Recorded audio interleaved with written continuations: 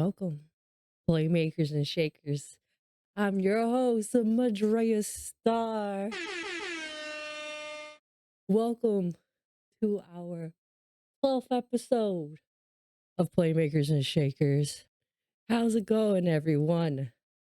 We are going to be interviewing Vex from KnotHorn Studios. He has graced us with his presence.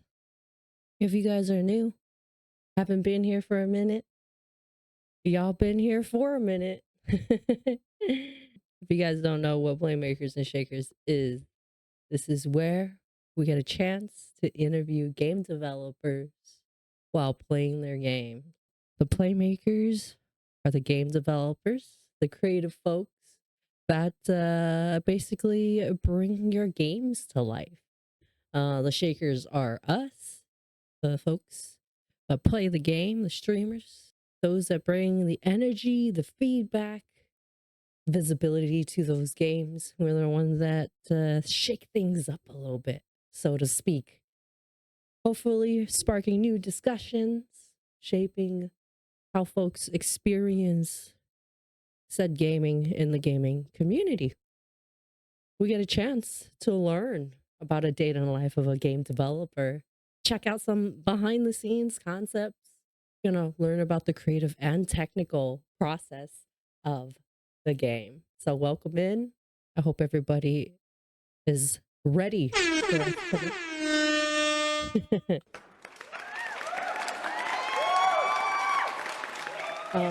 I definitely see this place as somewhere that we can find, and I can find some fun games, some hidden deep games. Or maybe, games you per se normally find on your own. Those from solo devs to, big indie studios, even folks with passion projects, AAA games, AA games, just anything fun, even weird, conventional, unconventional games too. So, a hub to be able to share that right here on this show, Playmakers and Shakers. So thank you so much for coming through and being with us here tonight. We had a very, very special night for y'all. Go ahead and feel free to check out the game. It's called Once Upon a Tile. All right, we're gonna get a chance to check out the trailers, read a little bit of their Steam page together, and we will give Vex a call from KnotHorn. So I'm super excited to invite them into the show. So I, of course, invite y'all to all give feedback, ask them questions, listen in. They took their time to be with us tonight, join us, you know, um, share your thoughts. If you haven't had a chance, go ahead, give them a follow, check them out, check out their game. It is out now. And it was released on March 27th. They'll be able to join us and share some of their journey as a game dev. So yeah, give them a follow, check them out. Let's get into checking out our cafe and see how things are going on and brew our cup of coffee here. Get it going. Here we go. Oh my goodness. So we're going to learn a little bit about Once Upon a Tile. Once Upon a Tile is a rogue-like strategic dungeon builder. Okay, where you don't control the hero. Instead, you cleverly place the dungeon tiles to guide your hero to victory or to their demise. If you're careless, that is, right? You will need to be tricky, clever in this dungeon building puzzle game. So let's check it out a little closer. Let's see what they got here. So a young wanderer is lost in a forest and accidentally unleashes something evil. A group of strangers need to become friends and find their own path to salvation to lift the curse that has befallen the land. Once Upon a Tile has you explore ever-changing dungeons guarded by monsters, traps, and magical challenges. Does sound very interesting, doesn't it? Yeah. Perhaps you need to navigate a trap-filled corridor to the end, or defeat a certain amount of monsters, or collect enough treasures to make it through alive. The reasons will change, but the goal will remain the same. Build dungeon as you explore and avoid trap-sizing over too many traps or monsters you cannot defeat yet. This will require a little bit of luck and a whole lot of strategic planning. While you play as a hero, you do not move directly. Instead, you follow the shortest path to the nearest discovery dungeon room you are exploring. This makes for a very unique and challenging game where every step and tile you place counts. Mm. Let's see here. It features endless replayability with procedurally generated dungeon decks, unlockable and upgradable characters, an engaging fully voiced storyline depending on which character you choose to play, complex mechanics that require you to think carefully but easy to learn gameplay. The price for the game is $17.99 on Steam. So make sure y'all wishlist it at least, right? At least wishlist it. All right. So we're gonna now watch the trailer and check it out. Check out the trailer. See what they got cooking. All right, here we go.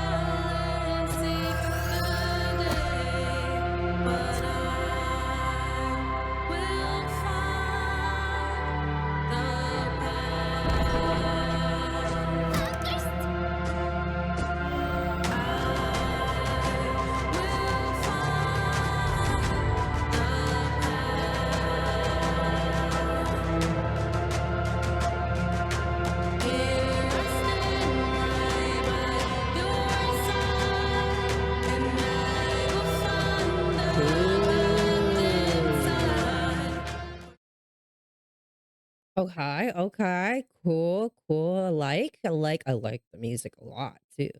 What do y'all think? It's giving 1999 Redwall cartoon. I said you put a photo of what I mean. I totally dig it. Okay, okay. I'll have to check that out. Redwall cartoon. Okay. All right.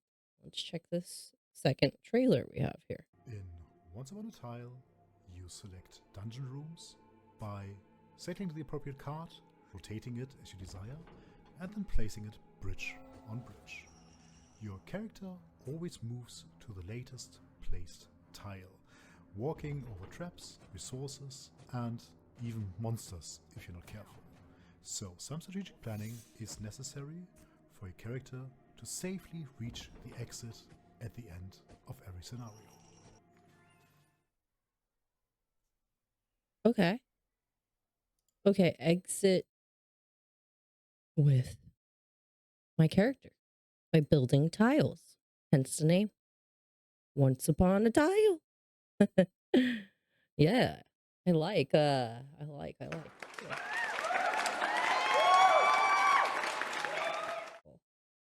Very cool. We also have some screenshots of the game here, the characters as well, and it looks like there's a music. Hold on here. Maybe we can check out.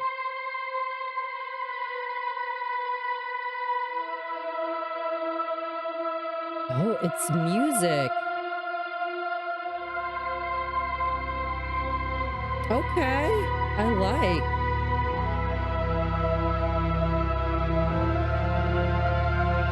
A curse has fallen, starless night. The land consumed by monstrous blight. Our roads are gone, there seems no way to break the spell and see the day. But I will find the Oh my god, yes. Karaoke.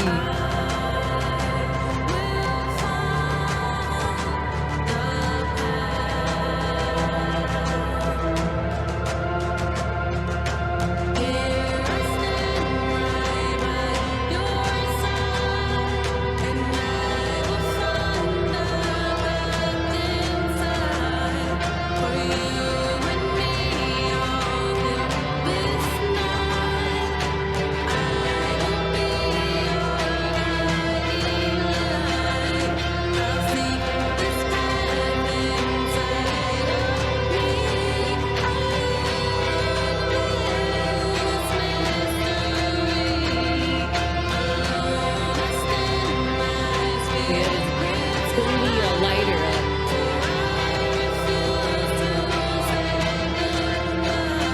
Yeah,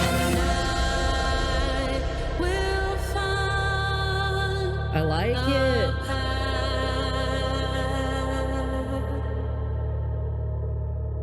Let's go.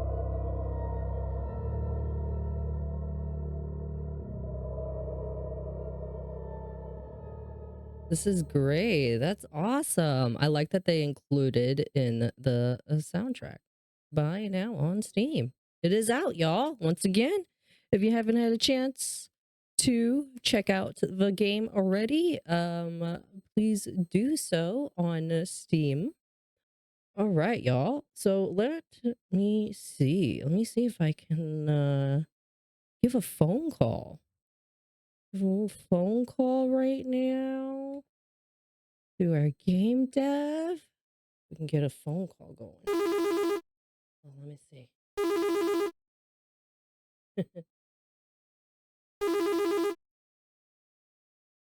Hi, how are you?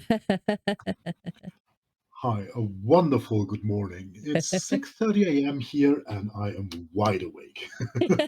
Yes, you are. Good morning. I have a plate of cheese for you to enjoy if you like some cheese. I figured we start with a nice plate of cheese in the morning. What do you think? That's Well, I'm currently sitting in Paris, so this is absolutely perfect.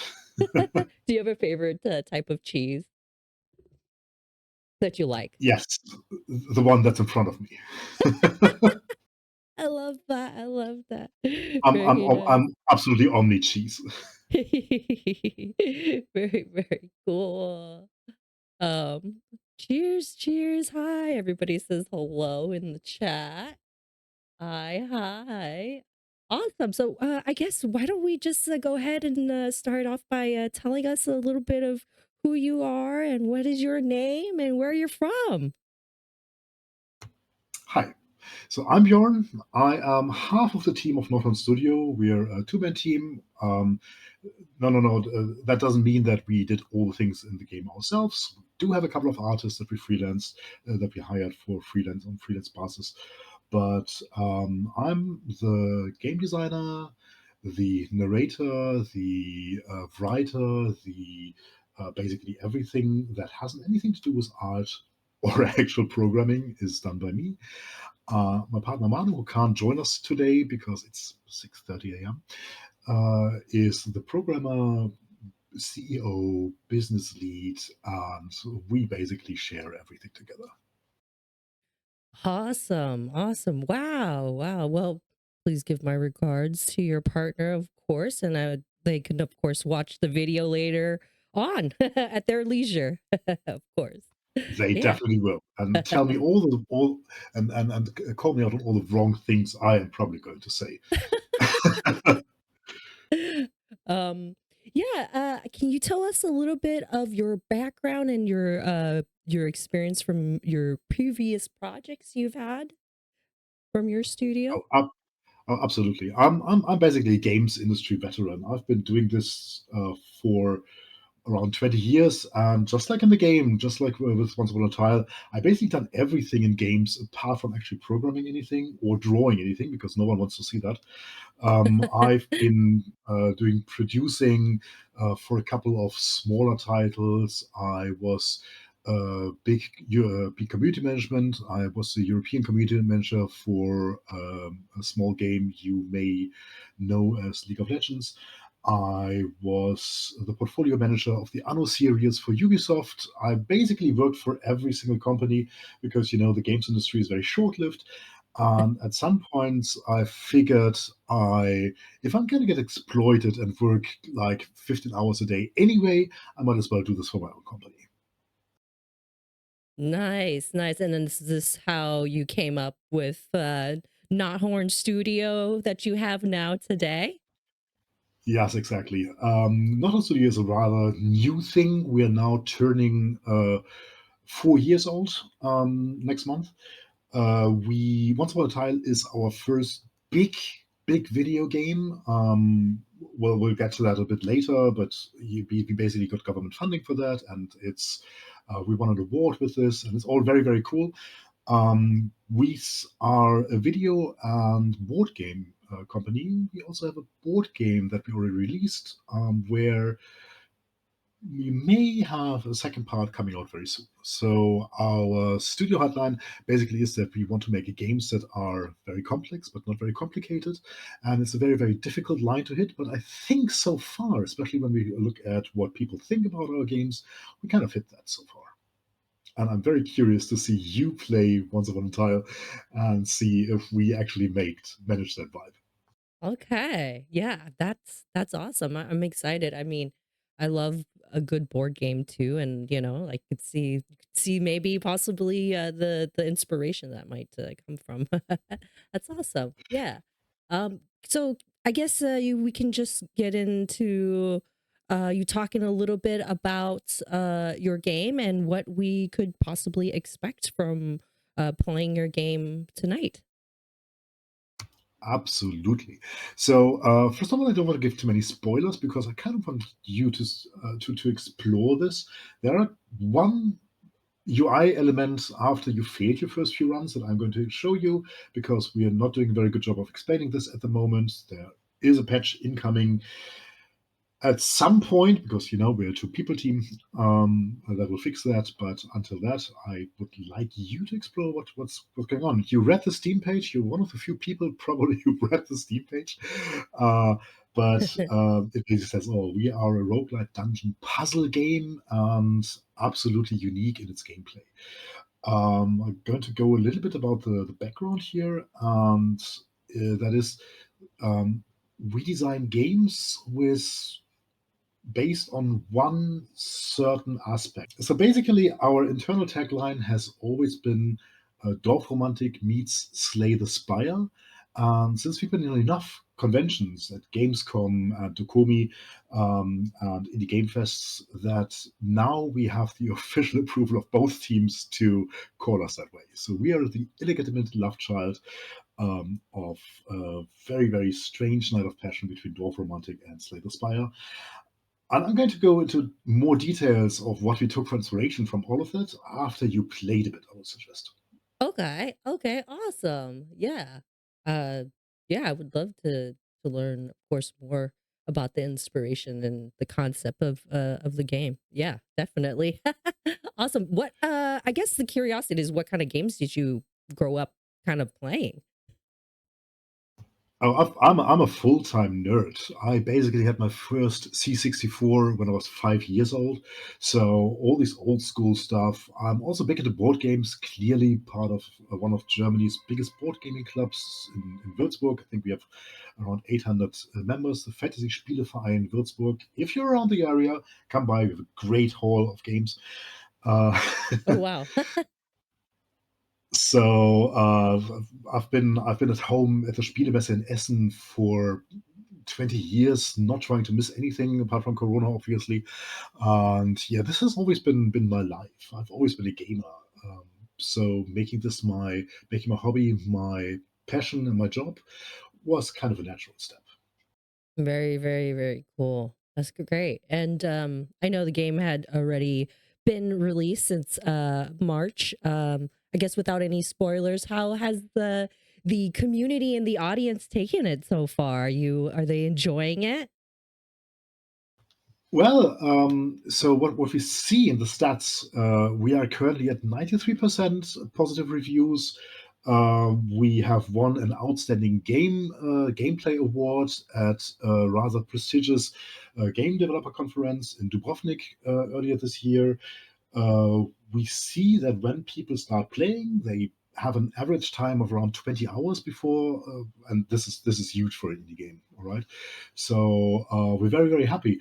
My personal favorite, was when Tan Adams, the guy and the genius behind Dwarf Fortress, one of my personal favorite games, came to Gamescom last year, played it, and said, "Yeah, I'm going to buy a copy."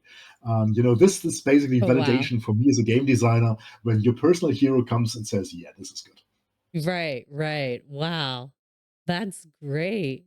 Oh wow. I I mean, I can only imagine. I'm very um happy with it. Yeah. That's great. I guess I know we can talk maybe a little bit more about the event that you went to uh recently. I know you went to Dokumi? Yeah, exactly. What is that So, the event? part okay, so the Dokumi is Europe's biggest anime convention, and also nerd and gaming stuff. So, we are doing something. This is Manu's project. We are running the creative games area, where we enable small indie studios, to come to these events, come to Gamescom, come to the Komi for a very small price. This year we had, I think, 18 teams. So we have a big area, and we and Manu organizes everything, and we enable small creator teams to come in. Again, if you're in Germany, if you are indie dev, if you want to become an indie dev, I'm going to pitch um, our pitch Games Ahead, which is basically a society for the creation of games and funding of everything, based in Germany. So if you're a German and indie dev, do drop us a note and we'll connect you and see if you can be eligible there as well. We showed the game. It's been out already, but we showed the game anyway, and it was absolutely great. So I think we had two people leave confused, and everyone else loved it, wishlisted it, and some people even bought it, which is rare on these kind of convention, because everyone wants to spend money on the latest cosplay and tip people for taking photos with them. And you know how conventions go, all right? I don't know Right, how right. many conventions you've been to the US, but our European conventions are no less crazy. I think there were this. I think this year there were 260,000 visitors over Wow. 3 years. Not all of them came by our booth, unfortunately. Otherwise, our sales numbers would be way better. By the way, guys, if there's an indie title you like, just wishlist this, because this is going to help a lot. Yes, yes. Um, but overall, the reception was absolutely amazing. Yes. That's oh my god, that's great to hear.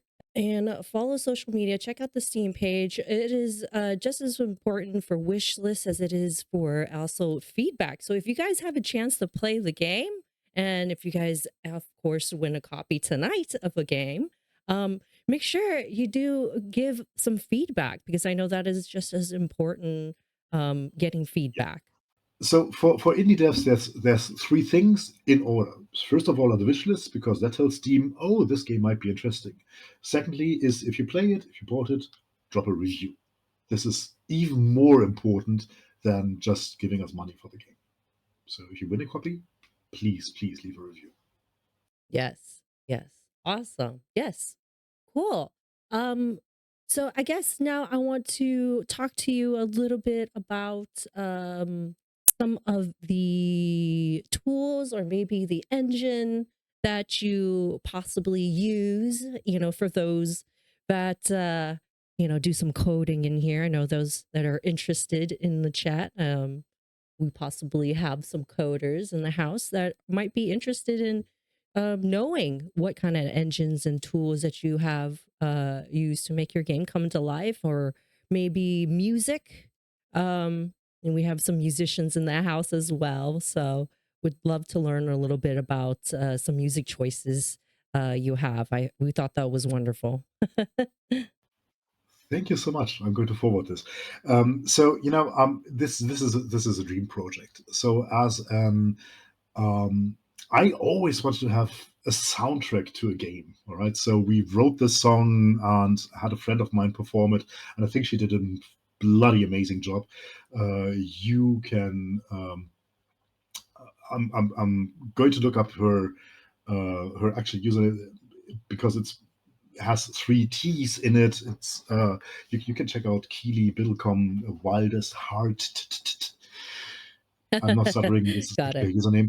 Got I it. have Got no it. idea how to pronounce this Mhm. because she did an absolutely outstanding job for performing that title song. Music was a big part for us because music makes games immersive. I'm a gamer. I love music, and so we tricked around with the soundtrack that you're hopefully going to see. As you already saw, we have several multiple characters that you unlock in the game, and every single character has their own theme music, which adapts to the danger level that you're currently in, and also what biome you're currently in, and everything makes a very, very adaptive soundscape, and it's pretty cool. I'm looking forward to hearing your feedback after playing the game. For the game engine, we are very traditional indie devs. We use Unity because we started using Unity before all of this. If you follow the games news a bit, you know that there has been a bit of controversy about the pricing of Unity that they now rolled back. But it made them a very undesirable choice for a couple of months. But we've been too far into the development of the game by that point to switch. We are not quite sure yet what our next project is going to be in, but to be honest, currently with the massive advances the Godot engine has done, this looks like a very, very interesting candidate. Or maybe we just stick with Unity. So we're going to have to see regarding this. But Once Upon a Tile has been completely done in Unity, and including all those horrible optimization that you would actually need my partner for to explain in detail. I have no idea. I'm just designing the mechanics. Gotcha. Gotcha. Awesome. Um, what do you like to do outside of work? I know you mentioned you like music. Do you play any instruments or anything like that? Oh, I play a ton of instruments, but none of them very good. I can play the guitar, both acoustic and e-guitar. I play a bit of piano and keyboard, but again, all of this takes a backseat because the indie life is just as harsh as you imagine it to be, especially if you're just a two people team and you do everything on your own. No AI has been heard doing our games, so everything is done by actual paid artists, from the music to the singing to every single piece of drawing or graphic you see. Wow. And coordinating all of this takes a lot of time. Um, Honestly, my current hobbies are still playing games because you always Right. need that fresh inspiration from what other people are doing. And I love games. This is why I'm here. Otherwise, I probably would have a paying job. Um, but it's fun. It's a passion thing, and I am reading a lot of web novels at the moment. That's how I spend my day when I'm not taking care of the cats or exploring Paris, which I'm here now for 4 months, and I'm pretty loving it. Nice. Nice. I think I think it's time. I think it's time for us to play the game.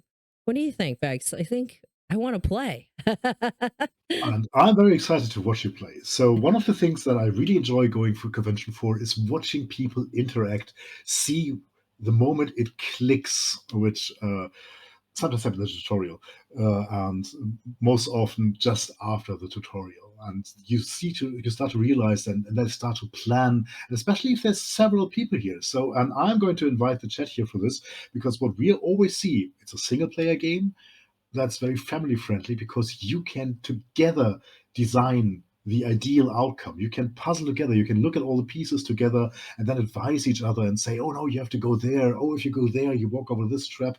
And oh no, you need, look at that there in 3 pieces. You get the missing swords you need. And yeah, I'm looking very much looking forward to those interactions. Awesome, awesome. We do have a couple of questions in the chat. So we are curious, how long is the game? Yeah, so we are a roguelite game, which means the replayability is always something we're taking care of for all of our games. Replayability is also very, very big in our board game, and of course, it's very, very big in our video game. So you can play it over and over again without it hopefully getting boring too fast. But we estimate the average person who wants to complete the full story, and I'm not going to spoil anything what is needed to do that. Although if you listened earlier and I mentioned Slay the Spire, you can probably guess what it's about. Will need around 20 hours if they're extremely lucky, clever, I mean, or mostly around 30 to 40 hours probably to play to completion. Awesome, awesome. A lot of gameplay and a lot of replayability. Also, it is definitely a good game to have in your library. Okay. Um. All right. Let me pull up the game here. I am curious, actually, before we get started. How long did it take you to make Once Upon a Tile? Um, Around 40 years. No, we've been actively working on it for 2.5 years now. So the first half a year, we just toyed around with the idea. I would like to go into that after you played for a bit, Okay. where the inspiration come from, because I don't want to spoil, and I want people to see this first, because if I start to describe it, we're going to lose them anyway. But basically, the first half a year, I sat down with Excel tables. I did a lot of calculations, figured out how to build this, how to make these kind of mechanics interesting, cut out a couple of room shapes, and just flip them together and see what kind of gameplay we can come up with.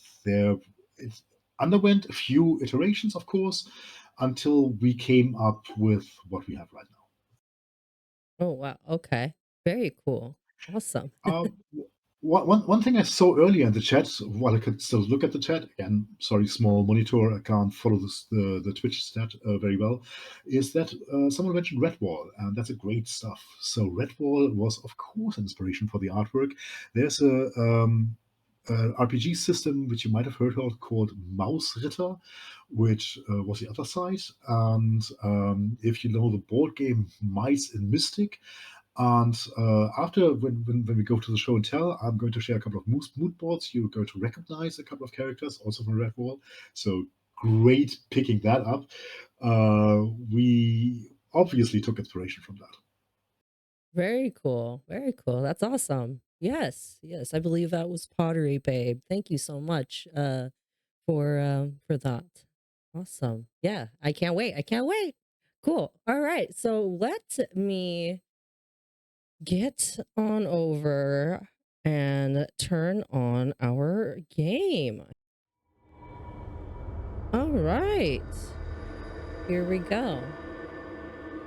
Awesome. See? Perfect. Okay. So, curiosity, and just for those to know, what would be the best way to play this game?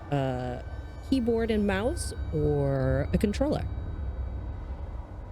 All right, so we do have controller support, but it's a bit fiddly, to be honest. Keyboard and mouse is definitely recommended. We do have full Steam Deck compatibility, though, so that works surprisingly well, even though we didn't put that much effort as we could have into the UI yet. This is something that we're going to fix in upcoming updates. But keyboard and mouse is definitely what I grew up with, so we're kind of biased towards that. Gotcha.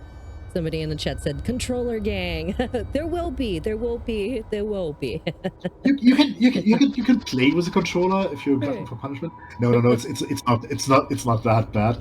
You can play with a controller. You can play on your Steam Deck. You can stream this to a big screen. Sit there with your controller in your hand.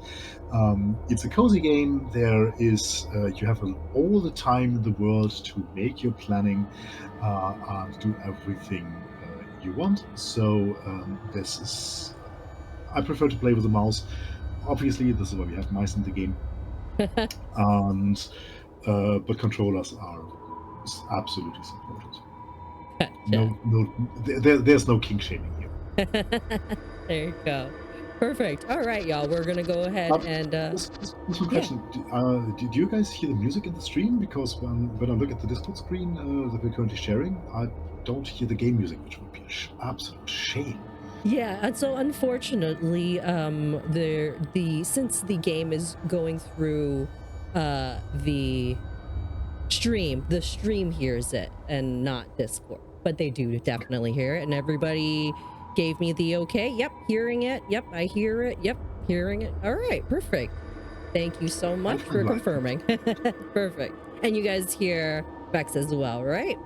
I believe so. Y'all should be hearing. Okay. Great. Perfect. All right. So what I tend to do, we'll start a new game, and we love looking at settings. We love seeing what kind of possible settings they have in game, and see what we can do here. Okay. Nice and simple. I like it. To the point. Love that. I love it. Perfect. That's all we need sometimes, right? All right, let's over to 69. Perfect. All right. And we're gonna start. How adult is this stream? This is an 18 and over, and it is after hours. I know it's still It's 6 in the morning 6:30 for a.m. you. here, but to be honest, this is Paris, so I'm fine with that. All right. All right. We're gonna go ahead and start a new game here. Ooh, okay. So I see 4 characters, possibly 1 character, Yara here. Very cute. Yara is so cute. Stats. The amount of max health you will begin each new scenario with. Treasure, the amount of treasure you will begin each new scenario with. Okay, knowledge and martial prowess. And a size. Yeah, this is Yara, and yeah, I believe there is a voice acting in this, so we'll get to hear some voice characters too as well. Perfect. So I guess we can't start with much. How many cards do you hold at your hand in the same time? 3. There's nothing here because we're new, right? So I would assume that we just get it started. In a distant forest, in a distant land, a young wanderer was on her way to a nearby village. Or so she thought. Mhm. However, the dark and strangely twisting paths of the forest has played tricks on her, and she most certainly found herself very lost and alone. Okay. Yara. So we'll start basic, learn the basics, control, and all about traps. All right, here's the tutorial, y'all.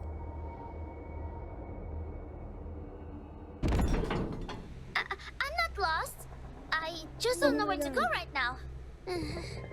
Wait, is there a path? That's so cute. The voice of Yara is so cute. Okay. We got no path, so we gotta There figure does out. seem to be a path ahead. Oh. Select the card in your hand and place it at Yara's tile to show her the way. Okay. All right. We got a card. let's figure out a path for Yara. Oh, that's a good path. Where's the exit? All right, here it is. Go this way. This doesn't look as good. This is green. Oh, Oh. I knew it! There is a path! There's Let's a path. see where it leads. All right. Yara moves to explore the newly revealed tile. To continue showing her the way, you might need to rotate your tile. Do so by Oh. right-clicking after you select it. Okay, so we can rotate said tile.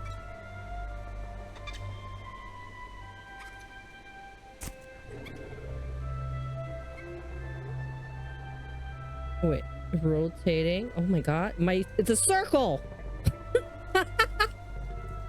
It's a circle. I'm rotating a circle.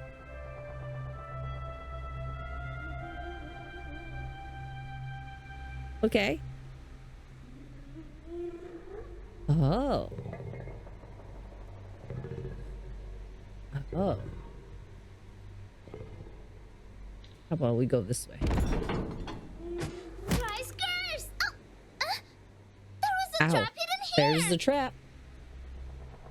Ouch. All right. Well, at least I found some treasure. That's Yay. nice. Treasure. Yara has walked over a trap. This has cost her health.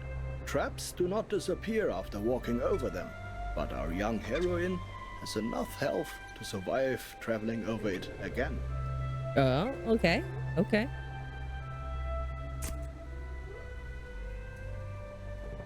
Are we gonna travel over it again, though? I guess we are gonna be traveling over it again. All right. All right. We're gonna do it. We're gonna travel over it again. Oh! Not again! Still cursing, Yara follows the hidden path into darkness for another part of the forest. Still cursing. Now we solid voice acting. Yay! Claps, everybody. Well done. You did not die. Did resources, defeated 0 monsters, magic challenges yet, and we've placed room 3. All right, here we go. We win. GG's. All right. All right, let's see this. So these are health. This is okay. So this is like the icon key here, the legend key. That makes sense. Legend.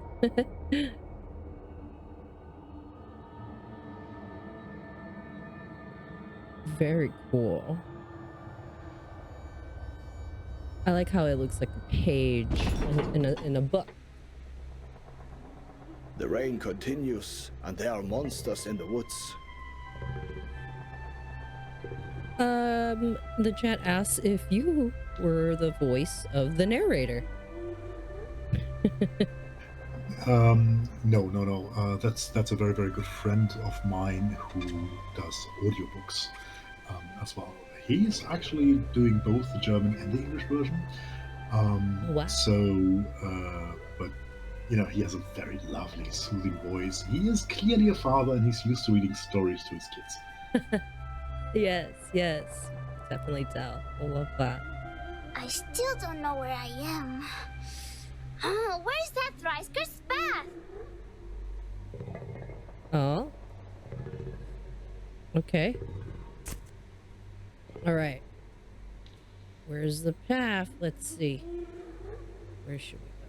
Should we go this way? Let's try this way. There's a monster ahead! Oh no. I'm not scared, but that looks dangerous. Okay. Continuing this path will be deadly, but there was another path from the start. Okay. It would be deadly. Don't go there.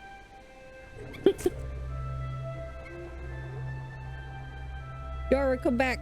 Come back over here. It's not cowardice. It's a tactical retreat. Wait, go back over here. Come Wait, back. is that... Is that a weapon? Yes. We get a There is weapon. a weapon pile ahead. It will What? increase Yara's martial skill by 2 points. Not enough to defeat the monster, but enough to survive a hit. Okay. So I'll get 2 extra Collecting points. resources causes them to disappear. Okay. Makes sense. Ooh, that's better! That is better. All right. Let's see, Yara. See where we can get ya. Should we follow the yellow path or the red path? Should we go mushrooms or the gold? I like gold. Let's go to the gold. Oh, It got me, but ouch. not as bad as it could have been. To permanently defeat a monster, you need to at least match its power with your martial skill. Okay. Hey, look! There's another weapon! Now I'm feeling strong enough to get rid of it. Another weapon. All right, now we're strong enough, huh? Uh-huh. Get me down, monster! The monster lies defeated and will trouble lost wanderers no more. Yes, we defeated the I'm not monster. lost. See? There's an exit right ahead. Yes. Time to go. Yay! All right. So I fought with my partner about if we should allow players to die in the tutorial already. Because if you make a wrong Oh. choice, if you walk past that monster, there's no hand holding. Because I figured, and I won this argument, because there is no lesson like dying in a roguelike game. So if it makes, we do not want to stop people from making, let's call them, interesting decisions, because that's how you learn. And this is a freebie for you guys there who are going to buy our game and play it later on. There's an achievement hidden behind that. Oh, okay, okay. Wow. Love to hear that. Awesome. All right. Cool. Awesome. Let's continue. Is there a particular level that you enjoy the most? Or is it all kind of RNG deck building type? Well, the first 2 tutorial levels are just really, really scripted. You saw you have no other options than to place the things there, because we need that to explain how the basic game mechanics work. Right. You will see going into the 3rd level, which is still very, very easy, and we actually have to work on dying there, that now the game will open up. I Okay. do enjoy the later levels with the harder characters, because the game will, of course, become progressively more difficult. But let's see how you fare with a more open map. So now the game really starts. Good luck. Oh, okay. All right. Awesome. Here we go. Alex Remix says that it's all procedural, I believe. What do you think? Yes, it is. But when this map is built, all the decks are basically assigned. So you will never have the same gameplay experience when you play a game again, apart from those very first 2 levels of Java. Okay. The beginning. This is the easy scenario to use all you have learned. Good luck. Says that's really cool. Says rogues are my jam. Yes, yes, love that. I love that for you. There are treasures and dangers in these Definitely woods. gotta pick yourself Both up are this ripe game. for the taking. All right, treasures are. Treasures, Let's go. you say? Treasures. I might as well get something out of getting lost here. Yara has many options to continue. Choose wisely. Okay. Ah, so now I can only pick one. Let's see. So this is a good one. I mean, it's all. It's all good things. There's no bad things here. Right? Right? Here we go. Oh, okay. Time for a next one. So that's 2. If I get one more, I can technically beat this, I believe. As well as this. But what is... No. Yes.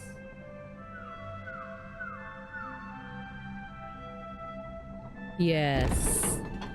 That's what I want. Yes. Okay.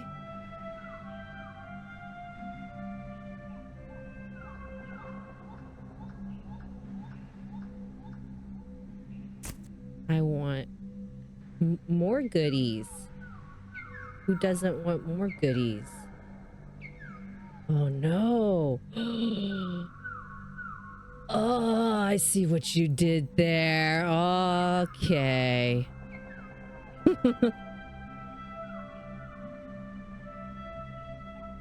Let's see. I put it here. Still, ooh, okay, I can still get that.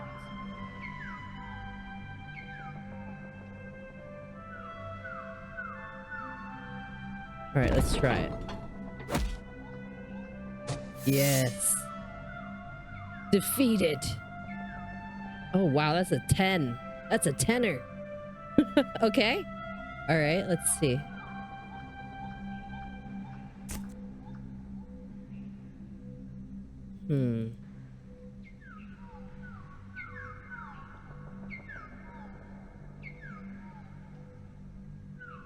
Interesting.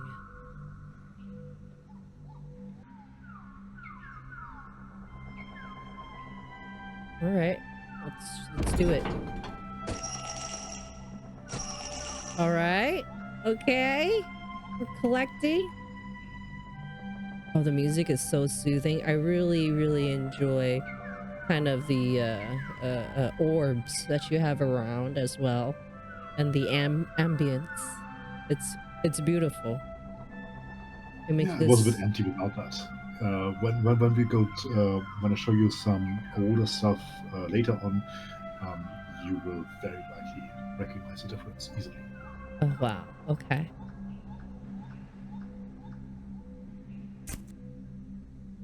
I think I want to use. I need 5. I don't know. Is this possible?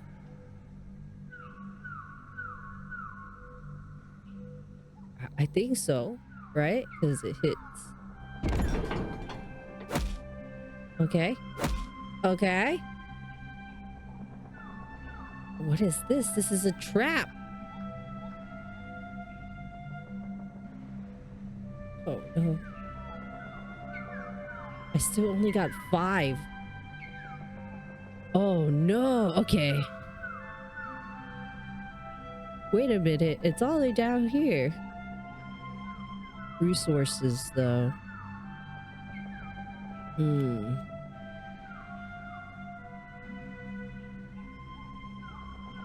I like one of these. To get 4.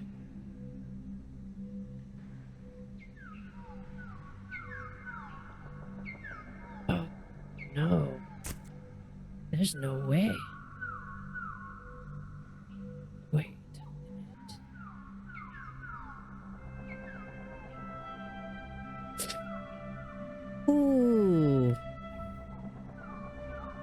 trap.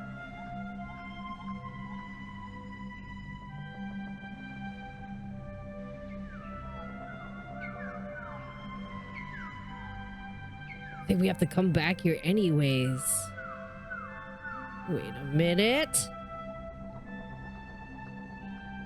Yeah, you don't want to leave that treasure behind, do you? I know, right? It's treasure.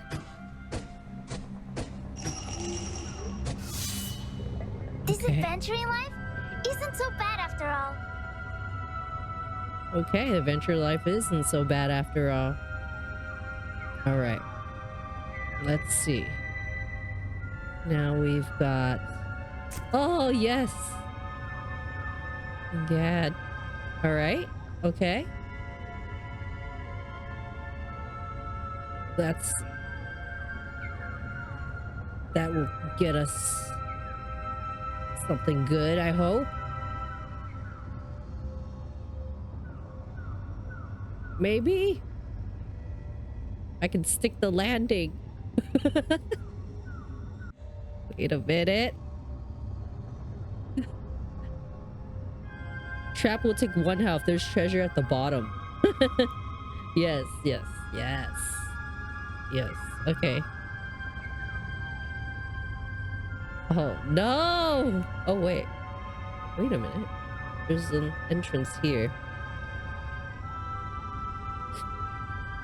Ooh.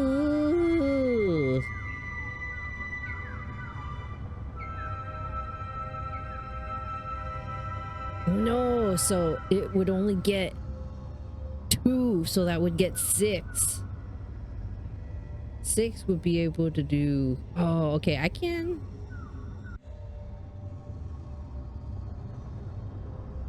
Okay.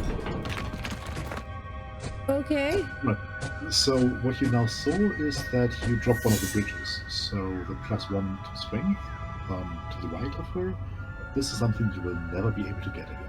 Because there's no shortest path going through that. Oh. Wait, is this a good thing? This is if you're a pacifist, yeah. But so by placing it this way, there's now no more bridges ever able to go there. Yeah, you're right, because you can't collect this said...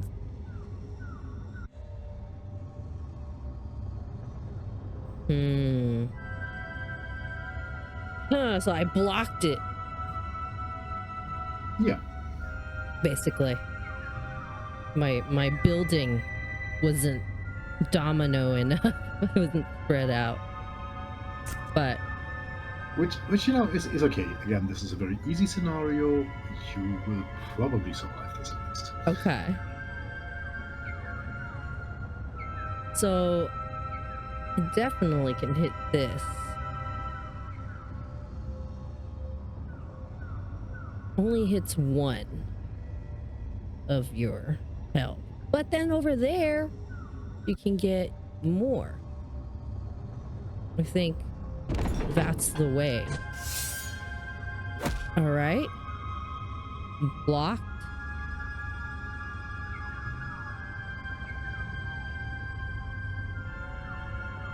Ooh, there's 5. These are traps!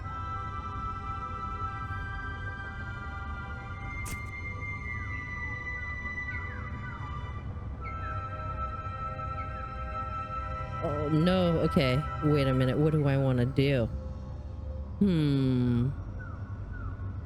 Do I want 2? Because the max I can get is 3 anyway. So do I want resources? Oh. This is all our goodies. You can select another card though. Say that one more time? You are allowed to change the card you selected. Oh, yes, yes. True. True.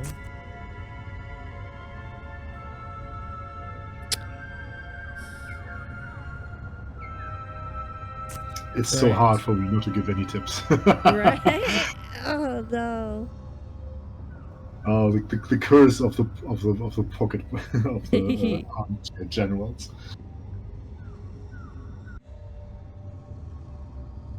Oh, that gives you all of it. What? But then that will gives me, that will hurt. Yeah, but you don't have to continue the path. You can go somewhere else after that. Oh, true. Right.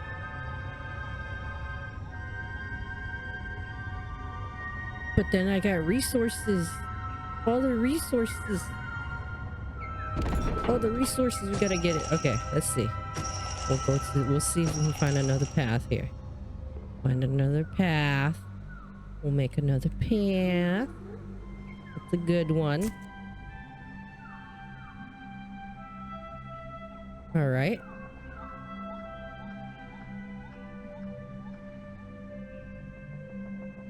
How do I get all my resources? Give it to me. Okay, let's see. I feel like we can of course take on these. Oh, this is crazy.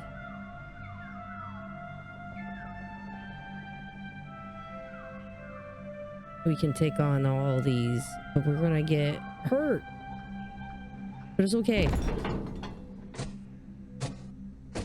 Let's see. Let's see. Do that.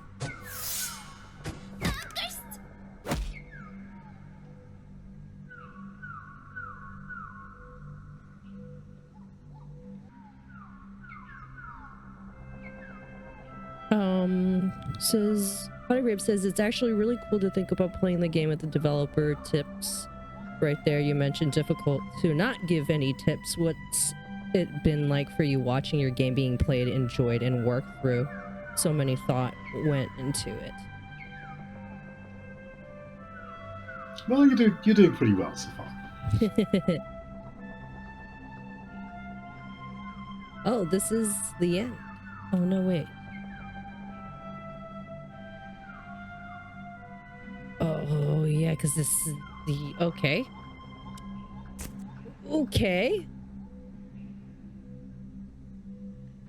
I can get 2 healths. Oh, this is pretty. This fits right there. Yes! I got back my health. Oh, you need 10. Okay, this is okay. Resources. I like that you're able to change it up so then you can kind of see where you want to go. 4. I think this is a good one. That's okay. Oh my god, there's an exit! Possibly. But I want to get all my things. Oh my god, okay. So I need 10. Oh, okay. Oh no. The one is lost. In the mix. Just out of curiosity. Is this possible?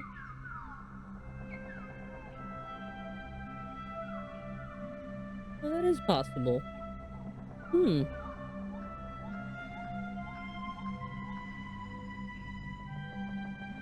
That would give me 11. Ah! Yes! Okay. Ha ha! Ah ha ha! Okay, wait. I want all the resources.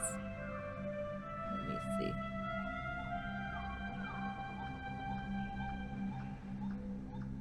Where does the inspiration and the setting of the vibe come from? Said Pottery Babe.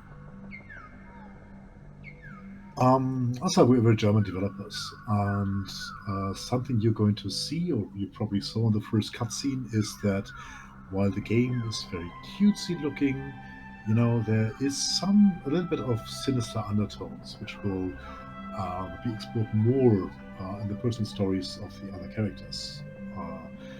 Although you may see something here at the end already. So we wanted to go for this cutesy look, you know, those cute little animals, but at the same time hit all the vibes of the dark German fairy tales. Because if you know German fairy tales, is that basically at the end everyone dies all the time. Very cool. Yes. Is that the exit of the forest? Yes. I can't wait to sleep in a real bed! Should have collected enough piece of a wall.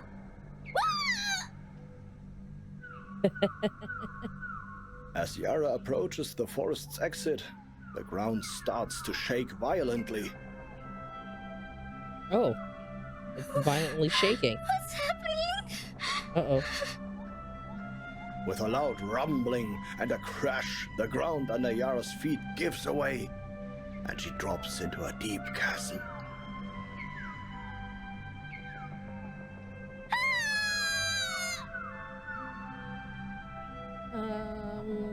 Got a question that says, who did the main character's voice, or Yara's voice?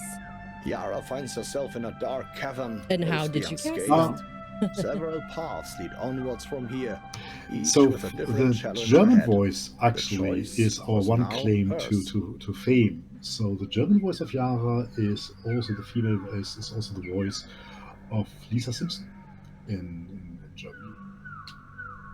Oh. This is a streamer.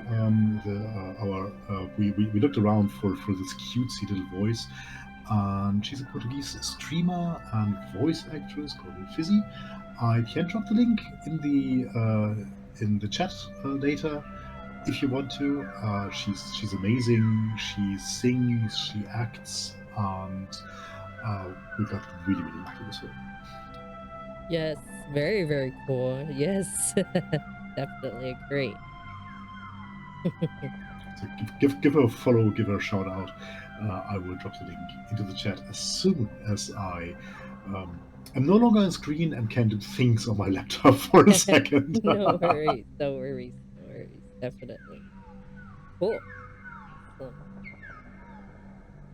Right. Here we go. Yay! Victory! Make it through the dungeon. Alright. We got everything but that one extra one. Oh, we have a path we can choose. Explore or survive. So survive says survive a challenging dungeon where the exit is always the very last card you will draw. Complete the mission to gain the reward. Or we could do the explore. It says explore the dungeon and encounter a large variety of challenges and missions. Complete the mission to gain the reward. I'm curious. So we've been doing the cards and the very last card to exit. And perfect. Thank you so much there, Rex. Make sure you check them out. Let's explore. Yeah, And what tell her you come from us. This is always great. She likes that. Yes. Definitely. Right. Also make sure that you look at the rewards you get for solving these scenarios. Oh. Where do I find said reward? Under the scenarios you have now for an option, you can see that the left one gives you an eye and cards, and the right one gives you a token. So explore scenarios are very simple. They're very easy. We couldn't make the mouse over here for Unity reasons because we're just two people, but you can mouse over the reward on the map and have it tell you what it does. On the map. Yeah. There you go. There you go.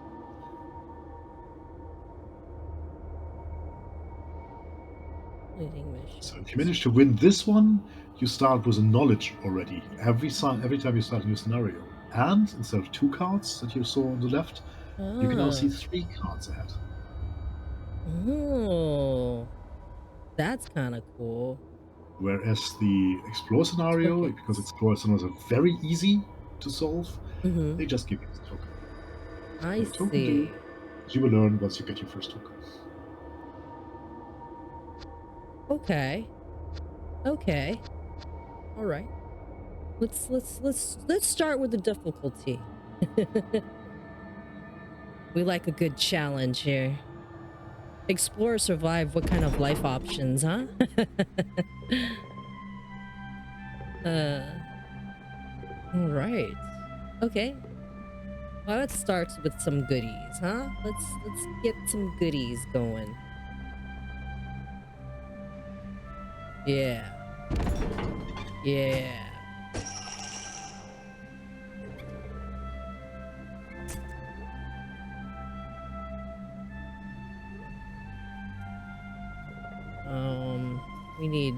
We need weapons. Yes. Weapons.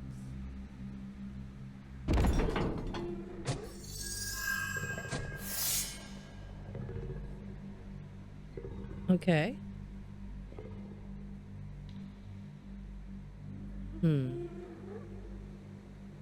3 and 3.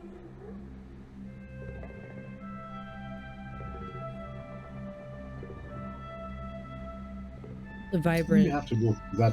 You have to walk through that tile several times anyway to collect everything. Right. Yes. It does seem that way.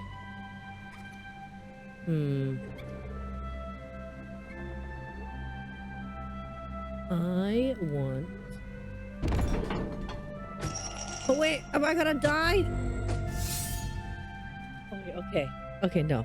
Alright, we're good. We're good. No. Okay. I thought it went over there. No. Okay. The traps. Magical challenge. You need at least 3 knowledge to defeat it. So we need knowledge. Okay. Only got 2.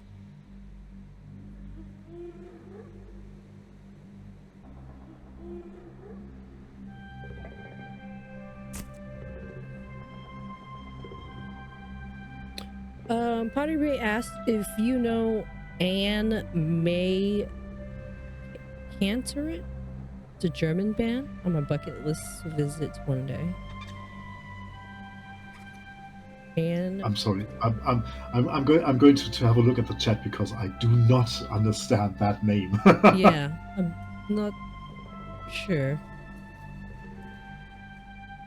I'm definitely slaughtering the name. No, I actually do not know them. Is it a indie band or new band, or they've been around for a minute?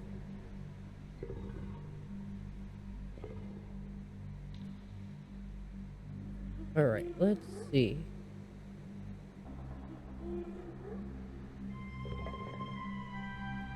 So this would be good because I don't want to walk through that anyways.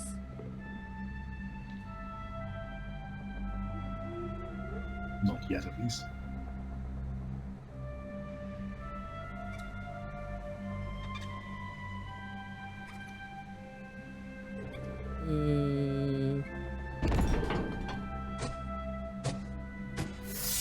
I'll take it. Okay. We need knowledge. Wait a minute. We need knowledge. So if that's the case...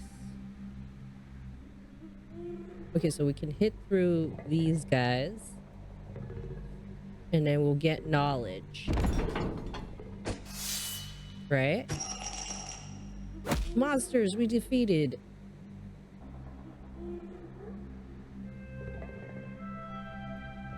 Got 6. Wait a minute.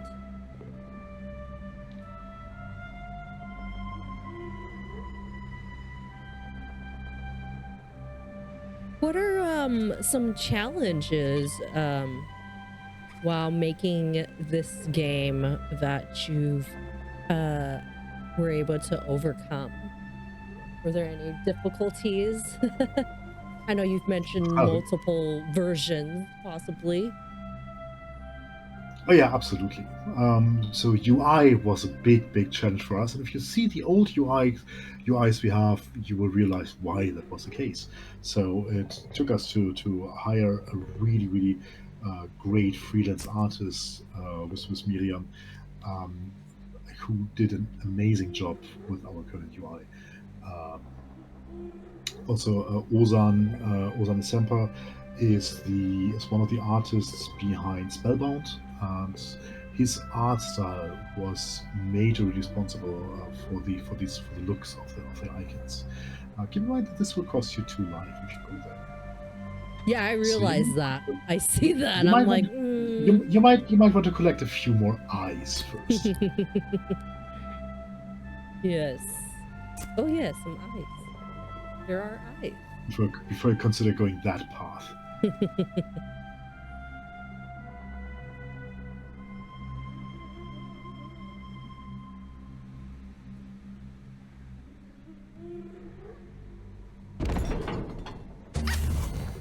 Oh no!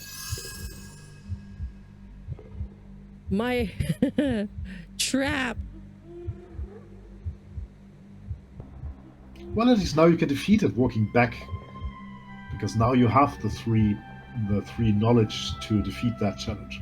I am kind of curious. That's and that will disappear because it's not a trap, right? One of the major challenges, apart from the UI, you'll figure it out. I trust you. Was of course balancing. So how, and I will go into that later on in the show and tell part, how we do the balancing. But basically, of the 2 years development time, I spent at least half a year just staring at Excel tables and adding numbers. So that was kind of my thing, how to make these things balanced and possible and winnable, with a procedure generated puzzle game, because there are no real other roguelike puzzle games. This is a category that just doesn't exist. So we had to make our own. There are no rules coming to that. And it was a great challenge to see if we could transfer this idea we had into an actual playable and winnable game. Okay. Okay. There you go, all filled up with life again. I don't know if you heard the heartbeat right now when you were down Yes. to half your life. Yes. This is also part of the adaptive soundscape. Our sound artists went really overboard with this. Wow. Wow. Yeah, I like that. Because it's like, be careful, watch out. Because playing games, sometimes you don't watch your health, so we wanted to make it obvious that maybe you should. But this is a roguelite, so we are not stopping you from doing suicidal things.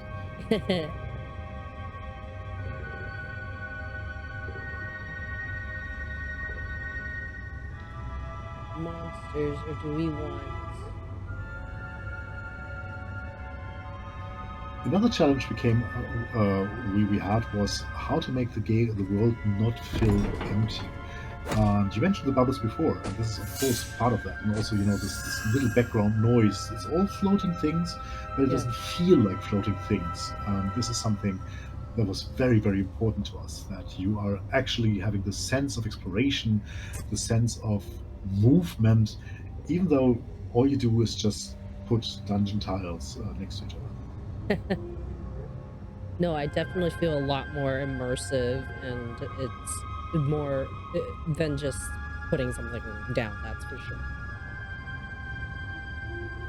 Because after all, it is a very abstract puzzle game, but we try to make sure it feels as immersive, cute, and rewarding to place these tiles as possible. And that was, of course, one of the big challenges.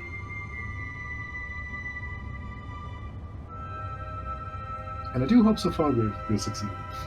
Yes, yes, it is. It does keep people hooked. Don't want that yet because I already have full health, so maybe.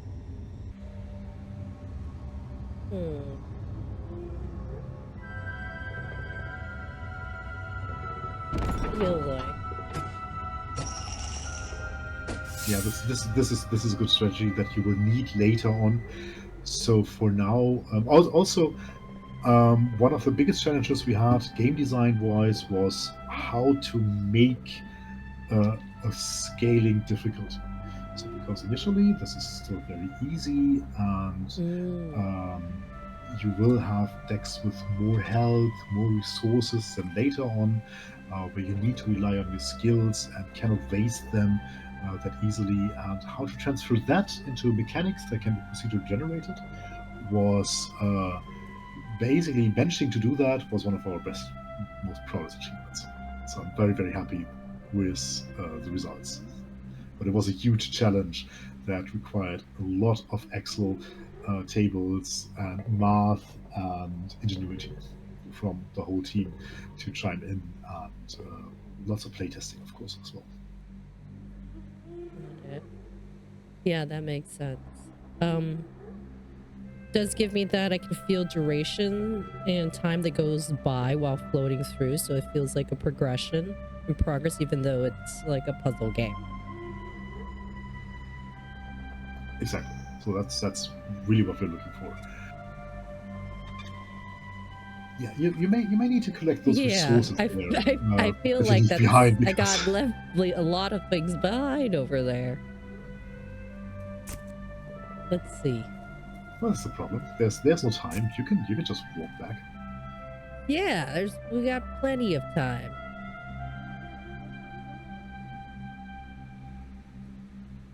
Let's see. Where So I mean, can we the go? very biggest challenge we've faced with the game is being indie. So because this is one thing that really hurts us being indie. We are completely independent. We have no publisher. We have no one telling us what to do, what to release, etc. And that gives us a lot of freedom to create those completely. So because again, what we have here is something that hasn't been done before, right? It uses elements you've seen before, because we all know games that where you place tiles and walk along a map, but this kind of thing has never been done before, and this is a problem because we struggle with so badly with getting eyes on the game, because we won a bloody gameplay award. We sent press releases, and not a single magazine or even major blogs. We have a few smaller blogs that wrote about us, but nothing that actually has any views writes about us, because we're just too indie for that. That's the primary struggle we're facing as indie devs. Yeah, I hear that. I hear that. I do feel that indie devs do have, of course, like that freedom to be able to create what you will, of course. So there's the pros and cons of being, working for a bigger company versus having your very own too as well. Exactly. So this is why I love your format. I checked out some of the other streams you did. This is really, really important for us. So thank you so much for having me. Of course, of course. Thank you. And I know how important it is to get feedback, to get audience and get visibility and eyes on said games, and to create that deeper bond with the audience, to be able to talk to the audience, so then they have a special connection to said game. So when they play it, it's more special to them. I think that's Tell your nice. Yeah. friends, tell your family, there's a unique puzzle game. Your mother will love it. Yes. Yes. Just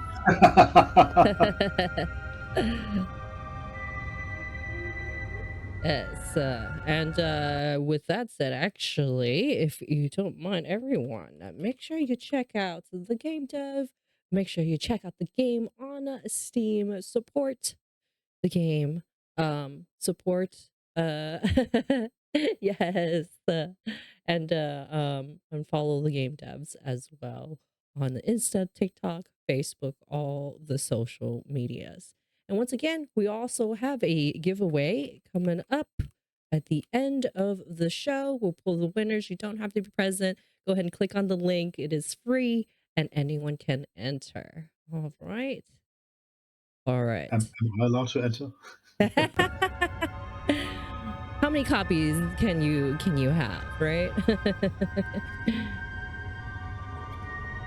All right, let's see. I feel like that's two down there. Things are getting tricky, yeah. Yeah, things are getting a little tricky. You may need to start planning how you get the resources from that tile you're going to place. Yes. Yes.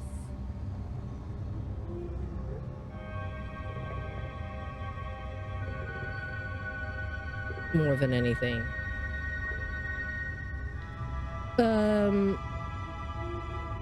Relay asks, can you play with German audio and English subtitles? Actually, no. No, you. Interesting suggestion. We'll have to see if we can split that. But you're fully localized voice acting in English, German, and French. That's what we have. But if you switch the language to German, you will also have the text in German. German as well. Gotcha. That is very interesting. That would be fun to play. Sometimes I do play Yeah. games in a completely different language that I don't understand because it's just fun. I watch anime as well, alright? So I get the idea. I've never done this as a game before, so this might be interesting. But yeah, so sorry, no German voice acting with English subtitles for now. But I'm going to pitch the idea to a programmer and see if we find the time to actually do that. Because we're indies, and why not? Apart from not having time. I get it.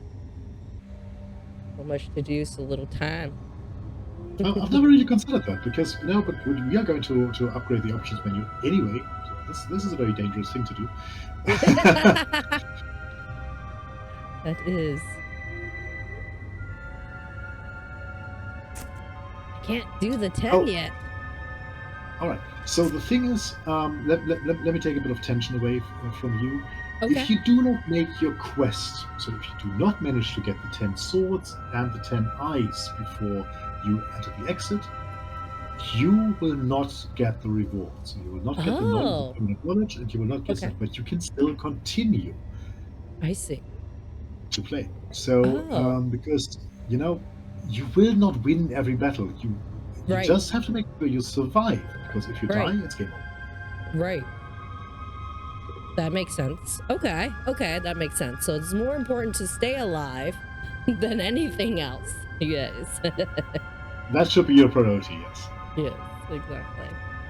Okay. Party Babe, yeah, there is no I believe there's no AI in this. No AI has been harmed at any point of the game, neither for sound. I'm getting very nervous when you keep placing the 10 somewhere. So no, everything is handcrafted from the code to the art. This might be the same. Every single artist has been paid way more than the two of us. So we own the company, and this is our baby, but everyone else got paid a lot more. Because we want to kind of break the cycle here as well. We believe in actually there's an epidemic in indie development in general, where everyone wants to offer things for exposure and some bullshit like that. So yeah, do your art, and I will tell everyone what an amazing artist you are. And this is nice when you're the only person there, but it doesn't cut it in today's industry. Of course, you want to do portfolio stuff, but you also have to pay bills, and we believe in paying our artists. And I don't know how many, but can I ask your chat something? How many indie devs or indie dev interested people who want to pursue the path are there? Do we have anybody in chat that is interested in game developing or game development? I know we had a couple people earlier that came in that have worked for previous games. Relay says here wants to do music for games. Sweet. And this is one of the things. This is a perfect example because there's a lot of people saying, "Oh, can you do my music for free?" And I mentioned the credits.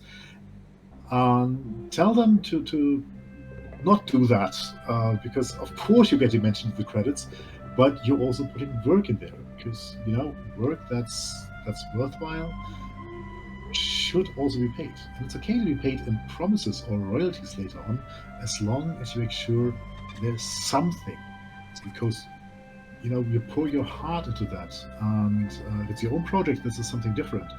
But if you're doing stuff for someone else, tell them that you're worth something.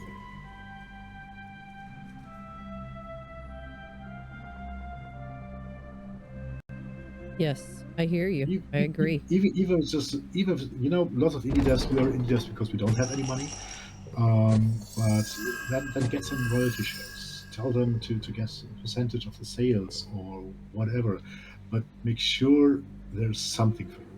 And this is a very smart placement, by the way, right now, because you can just ignore the 10 challenge because the shortest path, if you go through the heart, will just ignore that. So you've done very well on that part. Keep in mind, you still need somehow 3 swords. Somehow I need 3 With, swords. without dying to another 10. Ah! No pressure, just don't die. Yeah, that's also great. And then you can ignore Yes! the challenge and the monster. You just leave them at the edge of the map. Or actually, now you have enough for everything, so you can just Yes! it, I can leave! finish the scenario. You can even walk over the monster to get a couple more experience points. Oh, But Oh. we're going passive. okay. Cool. Did not know that. There we go. Yay! Well done. Pottery Brave says no, they are not interested in game development, but they do enjoy getting to pick your brain on experience with development and its process. Absolutely. That's Yes. what I'm here for. That's great. That's great. Thank you so much. And Relay says, fantastic advice. Thank you for the advice. Perfect. I've just Awesome. seen this so often, especially in all those indie developer groups. Someone's always going, there's always this one guy saying, "Hey, I have an idea. I just need 2 programmers, 2 artists, a sound designer, a game designer, a marketing expert, and can someone do the network code to a great new MMO?" And then you ask them what they bring to the table, and they go, "Oh, I have an idea." The idea And guy. yeah, so there's 3 ways to make it as an idea guy. The first thing is to post it on Facebook that you have a great idea, and then get a couple of people who volunteer to do this for free, and then you probably have 1 or 2 meetings, and then everyone goes their own ways because these projects never see the light of days. Or you go to game jams with that, because game jams are the kind of things that see projects like this, because you're just committing 2 days or a week or something like that to crunch something, and game jams are fun. Game jams Oh are my great to build, especially for an audio guy, to build connections, because this game jams are fun. Game jams are something completely different. We're not talking about commercial projects here, so don't get paid for game jams. That would just be rude. But this is a lot of fun. Yes, yes. Um, Go ahead, sorry. Yeah. The second way to make it as an idea guy is to just have a lot of money and hire people to do to realize your idea for that. But if you do Right. that, you're probably not going to have the time to be indie. The third way to do this is what I did, is basically just found my own studio, find a couple of friends who think who went, I'm a great programmer, but I have no gameplay ideas on my own, and I love your gameplay ideas, and then just convince them to work with you, and hopefully eventually at some point get famous and rich. We got story. Microsoft inspire us. No. Right. Right. Yeah. Talking to and having conversations with game developers, a lot of our audience members is actually new to the idea of game jams. So Um, would you mind telling us and telling the audience what game jams is about and what yes, it is? Yeah. absolutely. Um, so game jams are basically short events that are organized by some itch.io is a great page for game jams. I absolutely recommend using their game jam calendar.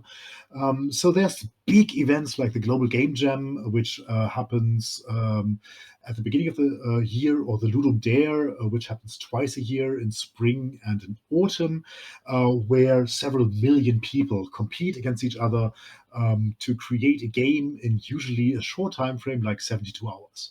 So at the beginning of the event, you get told one or two possible topics, and you have to create a game from scratch with a team you probably don't know before. So there's always a Discord server or something like that where you gather teams and you say, hey, I'm a writer, I'm an audio guy, I can do art. And someone goes, I have this game idea that we can do in 72 hours. And you say, yeah, this is a great idea. I have also ideas. And you collaborate. You don't sleep usually because, this is 72 Yeah. hours. And at the Right. end of this, you get a full game. You release it for free for other judges. And then you get ranked in all the things. And it's a ton of fun because it's so absolutely satisfying. Also, why I'm doing this here, to see someone play your game and to get feedback on something you did. You created a game, and it doesn't matter if it's a simple side scroller where you just move from A from A to B while jumping a few times, or some crazily complex games. If you Google our studio, we do have a itch.io page with some game jam things. So the last time we had time for that was Ludum Dare, I think 3 years ago. Wow. And we did, because we wanted to see if we can. Don't do this, kids. I advise against it. We did a complete trading card game Wow. in 72 hours with I think it was 12 abilities on the cards, 80 hand-drawn cards, super complex. I do not understand how the game works anymore because you just want to see how complex and complicated of a game we can make in 72 hours, and we kind of pulled that off. And it was hilarious. So Oh, this wow. is the kind of thing I love doing game jams. I wish I had more time. Now that we're released with Once Upon a Tile, I do have more time for that. But game jams are usually very, very welcoming, especially the big ones. Just go to your local servers. For Germany, at least, lots of universities offer for Global Game Jam local meetups. So you go there and you say, "Hey, I'm a designer. I'm a sound artist." You go there and then you get matched with people, build locally over a weekend, a game together with them, and it's so rewarding. Yes, yes, definitely. And I also the no sleep part is very indicative of how the game industry works. But don't let that scare you off. Hilarious. Oh, If you yes. if you scroll up, Okay. map, All right. Perfect. Scroll that's up. an arrow, and you can. Perfect. Yeah. Oh, that is as far as it goes? Oh, no, wait. There it is. This is the... Is this the So one? because so because we kind of looked at I said there were certain sinister undertones, and if you look at the description of this particular quest, you probably see where it's coming from. It says, run, little mouse. Run. So yes, there's something, but yeah, this is perfect. I would recommend doing one more, because to the left you see the third scenario, Oh, the fine scenario, which works somewhat different from the other two. By having the exit already on the map and you having to build a path towards that with the few cards you have, while okay. still making your quest and surviving. So I think this is very, very it's cool to show this, Okay. and I kind of want to see a puzzle around. Okay. So this one right over here says locate the exit randomly placed within the map, build towards it, and then complete the mission to gain the reward. Okay. Here we go. This is the one, right? Or like... Exactly. Perfect. Well, thank you so much, Game Cat. I appreciate that. I'm not sure. I would love to go to PAX. That would be amazing. Oh, look at this random. It is right up by here. Yeah. Maybe So it's a lot easier than it looks. Good luck. True. Wait a minute. This. So just keep in mind it's the same rules, yeah? So it's not just enough to connect there, you also have to Oh, walk through it somehow. And you have a lot of things to collect for this one. right. True. What are you looking forward to, Game Cat, at the PAX West? Okay.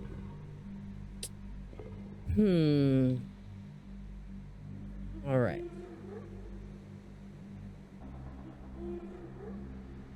Let me see. All right. Is anyone of you guys coming to Gamescom? Yeah, is anybody going to Gamescom? I know we have a couple of folks that are international. It's probably too early, you know, for most of them to watch the stream, or most Europeans are starting to work now. But if you see this later, and you're going to Gamescom, please make sure you reach out to us. Yes.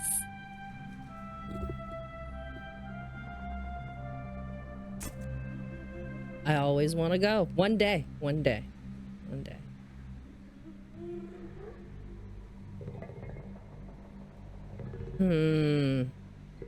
No. No. I was going the right direction, but you don't have the strength here to continue there. Yeah. Maybe this will.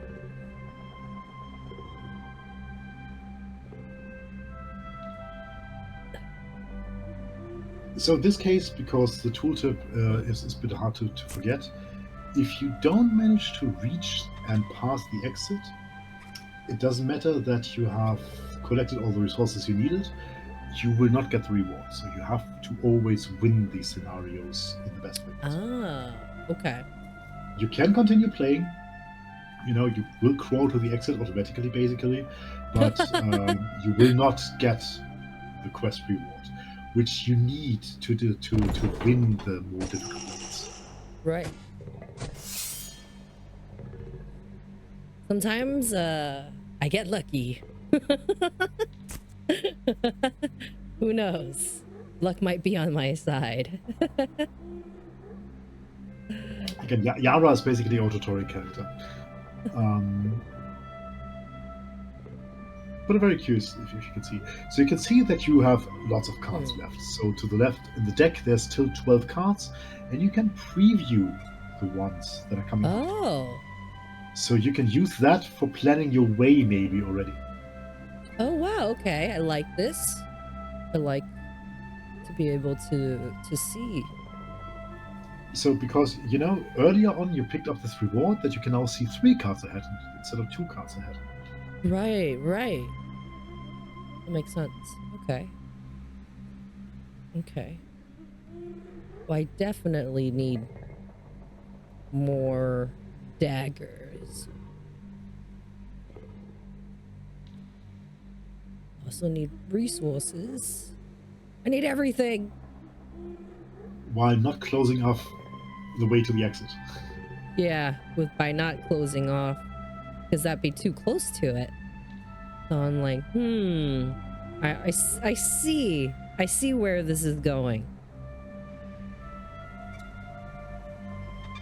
So it's not always advantageous to have this exit spawn that close to you, because it basically limits how you can build efficiently and effectively. Oh, okay. So it is RNG, but still it's not always the best. It's always a fresh challenge, yes. Okay. So because now you have a problem. This piece, I believe, fits perfectly into the exit, or no, actually it may not, because it's slightly away. But to the left, you have a magical challenge 10, and to the right, you have a monster 10. So the only path you have now is towards the exit, which means that you will start to eliminate building places and spaces already. Oh. Yeah, maybe it wasn't the best choice. Well, it was a choice. And again, these are the kind of things that you will later have to watch out when the levels become more and more difficult. Right. So as you can see, it's a very, very simple premise, and you're getting into this really easily, right? So Right. because the game itself is very easy to understand, and but the brain will start to melt later on. Yes. Yeah, I mean, the brain is melting now. This is great. It really does make you think. Well, hello there. Not, how are you? Welcome in, everybody. Welcome in. Those that are coming new, we are interviewing Vex from KnotHorn Studios. Those that are coming in, Vex, do you mind giving kind of like a quick overview and over pitch, about your game? Not at all. So Once Upon a Tile is a roguelite dungeon puzzle game. Our internal tagline is Dorf Romantic meets Slay the Spire. That was after a comment we had from last year's Gamescom, and someone said, "Oh yeah, this looks like the illegitimate love child of those games." And by now we have the okay from both teams, who we have blackmail material from, to call us this. So we saw people from Dorf Romantic and from Slay the Spire teams play our game. It is a procedurally generated dungeon deck builder. So the dungeon decks are basically the obstacle you have to overcome by building a path towards to collect resources.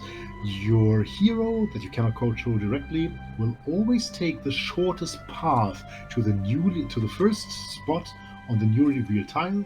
You can keep playing while I explain this. Make things Yes, easier. yes, I am definitely. So she always takes the shortest path, which is not always the smartest path, because while you build these dungeon tiles, there's not only resources like knowledge and swords in there and treasure to collect, but there's also monsters and traps. And if you run over them when you're not strong enough, you will die in the most roguelike fashion ever, and then have to do everything again from the start. So planning carefully ahead and building and making sure that you can place everything without perishing foolishly is what the game is all about. And as people have said before we watched them playing this, and as you said as well, is that while it's basically very abstract, it's also very immersive and very fun to watch other people trying to puzzle by. Yes, I hope you can yes, confirm that. yes, Excellent. definitely. I agree. It's the goal from us from me as a game designer was to have something that is very, very complex but not complicated at all, that teases your brain by despite it being very simple. Because I've recently, the other night, I started playing Shifu, this amazing third-person martial arts Yes, action game, and I absolutely love it. it's great. But to be honest, what I hate about that, I can't do the boss fights. I'm really, really bad at them because I cannot remember which buttons to press in which order when someone raises their staff or lowers it or does a low attack, etc. And I said, no, I like this kind of games, but I don't want to build these kind of games. So I want to build something that you can get in immediately and then start getting good at it, not by memorizing muscle patterns, but by by getting smarter. Mm, I can already see this with you. You started out very cautiously, experimenting around, and now you start planning ahead where you put things, which ones to avoid already, how you can approach certain paths, how you can avoid monsters on a tile by going the other path, etc. And it's very, very nice to watch. And you're only at the third real level. yes, yes. I mean, this is definitely very easy to pick up, not too difficult to understand, and is still also uses your brain. So still have a very strategic, definitely a strategic game. Yeah, definitely. Are there any modifiers for the cards, really said? Or asked? Well, yes, kind of. So, I can go a little bit into how the dungeon decks are designed. I want to show a little bit of that later on. But basically, the decks are procedurally generated.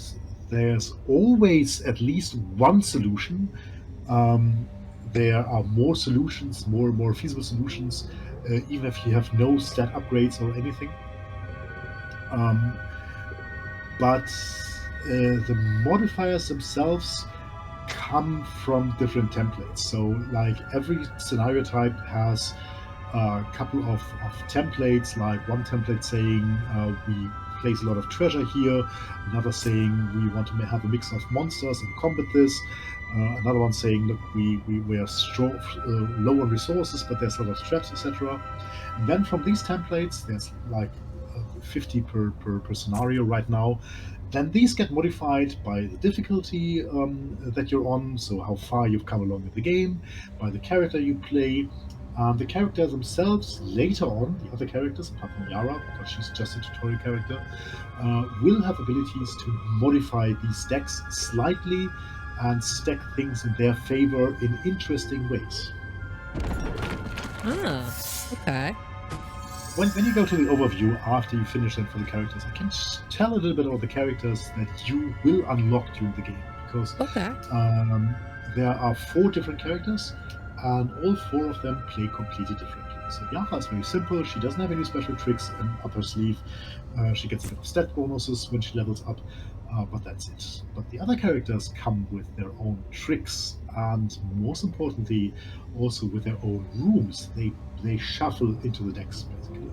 Oh, okay, okay. So it's not only about solving puzzles, it's also finding the character that fits best to you, and then hopefully winning the game as well.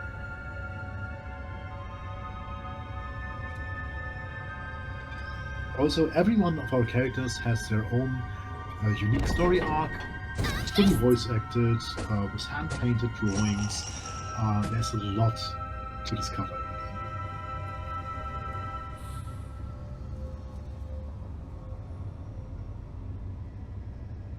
I got hurt. Oh No, no. thankfully, life is just a resource. You know, true. You know, you But bounce keep in back mind, again. yeah, but keep in mind you only have 4 cards left in your deck, and you see 3 of them already. So you might want to start building towards the exit at some point soon. True. I do see maybe an exit like over here. Maybe. No, wait. Yeah, Where that's was costing it? another life. Where was my exit? Ooh, nice. Yeah, that's good. That's a good exit, Cool. possibly. That's a good exit, but you need some more Yeah, weapons for that. Yeah, I think I want some more weapons. Maybe more of this. Don't forget, you also have this quest to fulfill. Yes. So you need a lot more weapons, a lot more knowledge, and a little bit more treasure before Yeah. you start. And again, you only have 7 turns left in total. Ooh, okay. Now time is running out. Right. No pressure. This is a good one to put over here. Yes, but But it will cost you it another.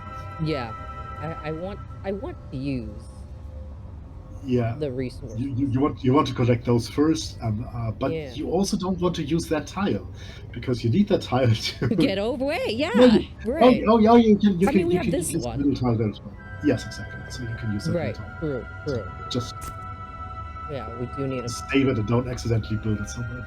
right. See, and I'm breaking my own rule. I'm giving you advice because this is the magic of the game. You cannot sit still. I don't know how the chat is doing that, or are they giving you tips? Right. I love this guy's voice. I'd buy anything he's selling. Yes, not, you. please. Buy my game.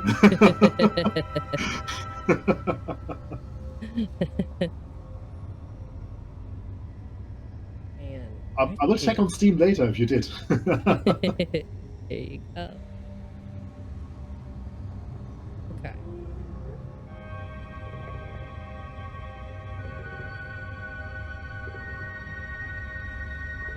Okay, let's do it.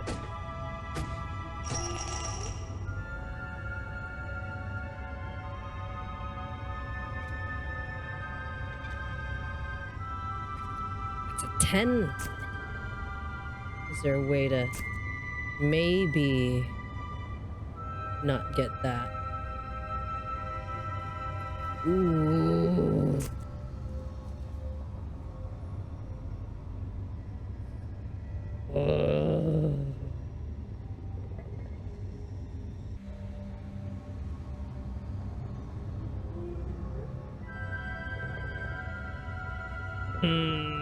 Maybe?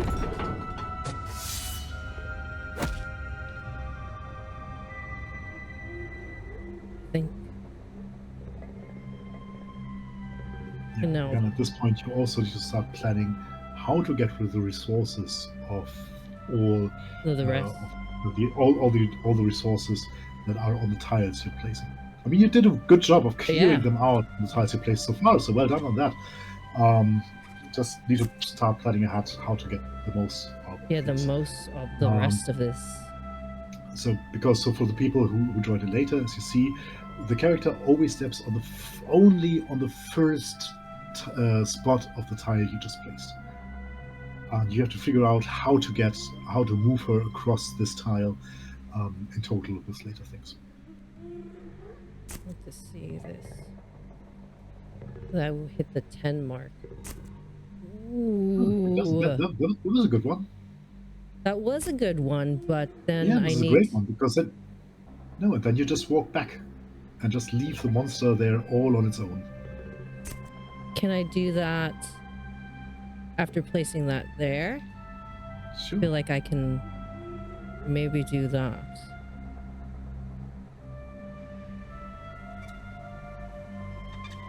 Let's see. Let's try it. Okay. Now I can place this one here. Yes! Yes! Yes! So close. Okay, okay. All right. All right. Now what we got next? Got 3 more cards. We need. Yeah, that's going to be a problem because you need one card to connect. Then you Yes. need another card to make you walk over. So basically, you card. have one card. Yes, but you only have one card left to get. I don't think you're going to manage that anymore. Really?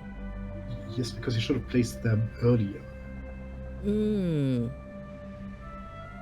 Because you need both swords. Yeah, you need both the swords and this.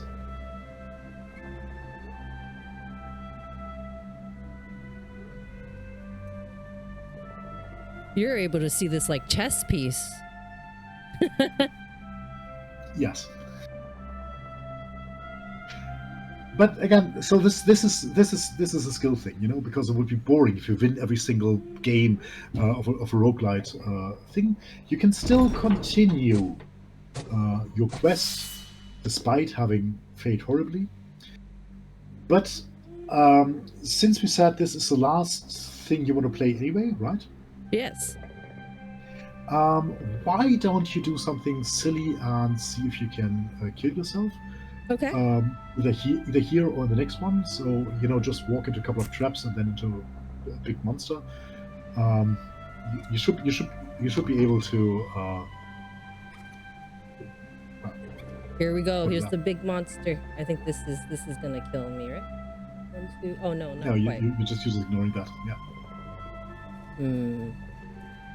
You're also too strong already to take a lot of damage, but you have a couple of traps lying around, so maybe you can do something with that. Or we just finish this map and go to the next one, and you run into a 10 monster, level 10 monsters. So because I want to show something about leveling up the character. Would this? Where is the one that would kill me? Here. Maybe. Up there, you have a couple of traps you run through. Oh, this one here. Oh no, that's a No, the trap right here. there's one. Okay. You can place the other trap. We're Oh, I see strategizing it. now how to kill you. Yeah. It's a different kind of puzzle, but you know. Oh, that will work, right? Yeah, That work. that's a good start. Yeah, that's the first 2 lives left, and then you just walk back over the trap, and that ends your run. Oh no. All right, let's. And yes, I'm so, very, very, very, very happy with our voice actress, which I dropped in the chat earlier. So now you have to go back over the other trap, and that's the last hit point. like here. Yeah, or anywhere, because you just place one behind you anyway. That's good. Oh yes. Boom. No. No. The music is epic. No. Even when I die. This is great. This is great. It should be rewarding, you know. So even though you died, you still collected a lot of treasure and experience points. Right. So you hit level 2, and Yes. you have 28 coins collected during the course of the games. No shards to unlock other characters. No diaries to learn about the other characters. So if you now continue All right. and Oh. start a new game because you just Okay. died, Gotcha. you can now click on this button to the lower right. To You know, the the right. arrow. Perfect. Oh. So, because you are level 2, you can unlock, and you collected a few coins. You only have 28 treasures collected, so you cannot take the left one, but you can unlock the right one for 25. Oh wow. And if you hover Okay. over them, you can see that these things are basically advantages that allow you to start your next run with more abilities. So something we Right. haven't seen yet are tokens. These ones, the Wanderer ability, rewards you with 2 tokens, a martial token and a treasure token. And if you click at it, you will equip it. Perfect. Yeah. So the next one you do is you will have these tokens. Tokens have a chance to increase the resources you put on the map. So that's pretty cool. Every character can equip 1 stat item, 1 room, and 1 skill. Yara, because she's a tutorial character, does not have any skills or rooms, but other characters do.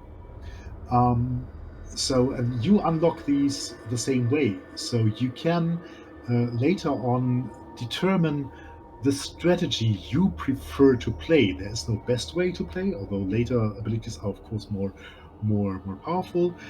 But you can basically modify the layout and the starting packages of your character to adapt to your personal playstyle, so that even though it's a puzzle game, you get the advantages that you prefer.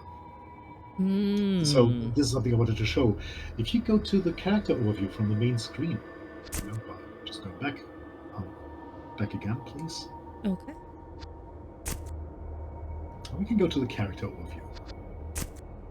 So Right. here we have a hint, So these are the shards you collect at the end.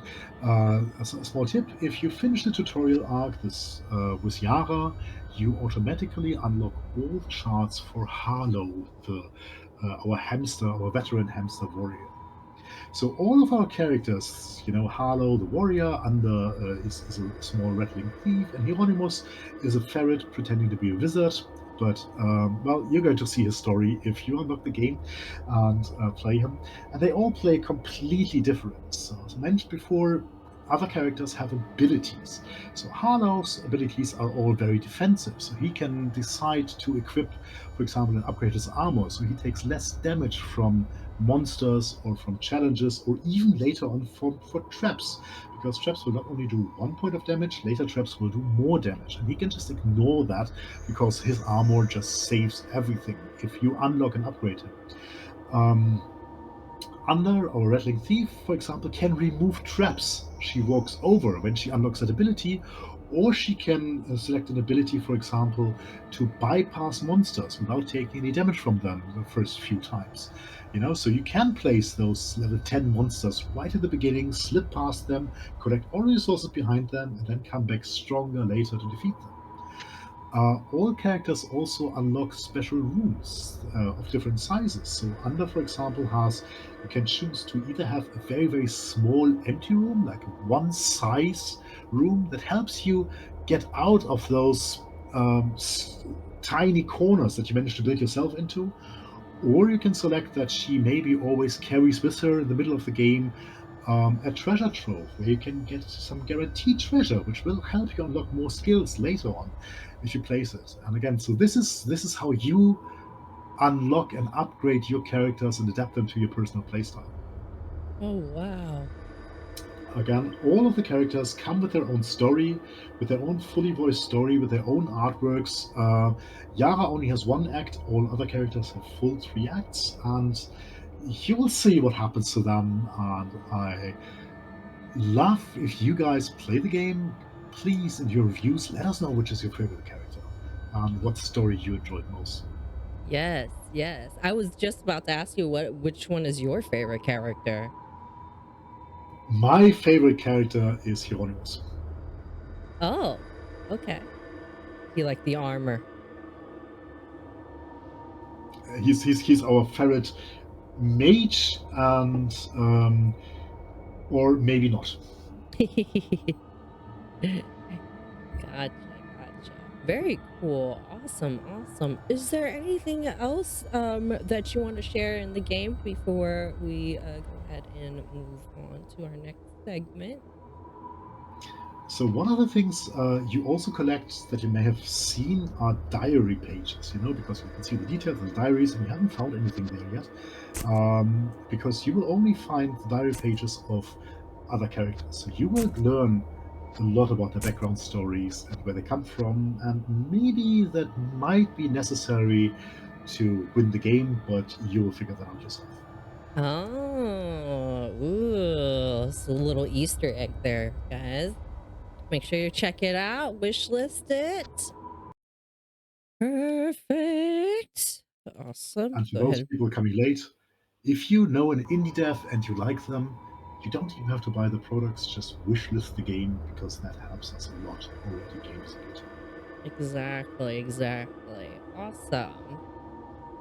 Perfect. Faylene said, I did. Perfect. Awesome. Thank you. Thank you very much for Thank following you so and much. checking it out and wish listing. Great. Cool, cool. Perfect. All right. Go ahead and turn this off here. All right. In our next segment, I'm gonna actually put you over to our big screen here. I can see you bigger. Yay! Awesome.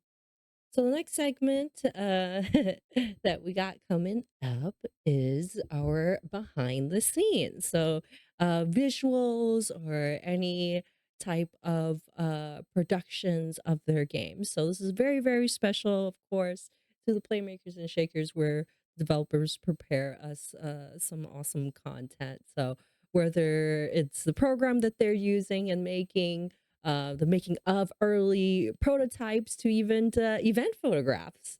So yeah, is there anything that you would like to share with us? I would love to learn Yes, more. absolutely. Let me share my screen.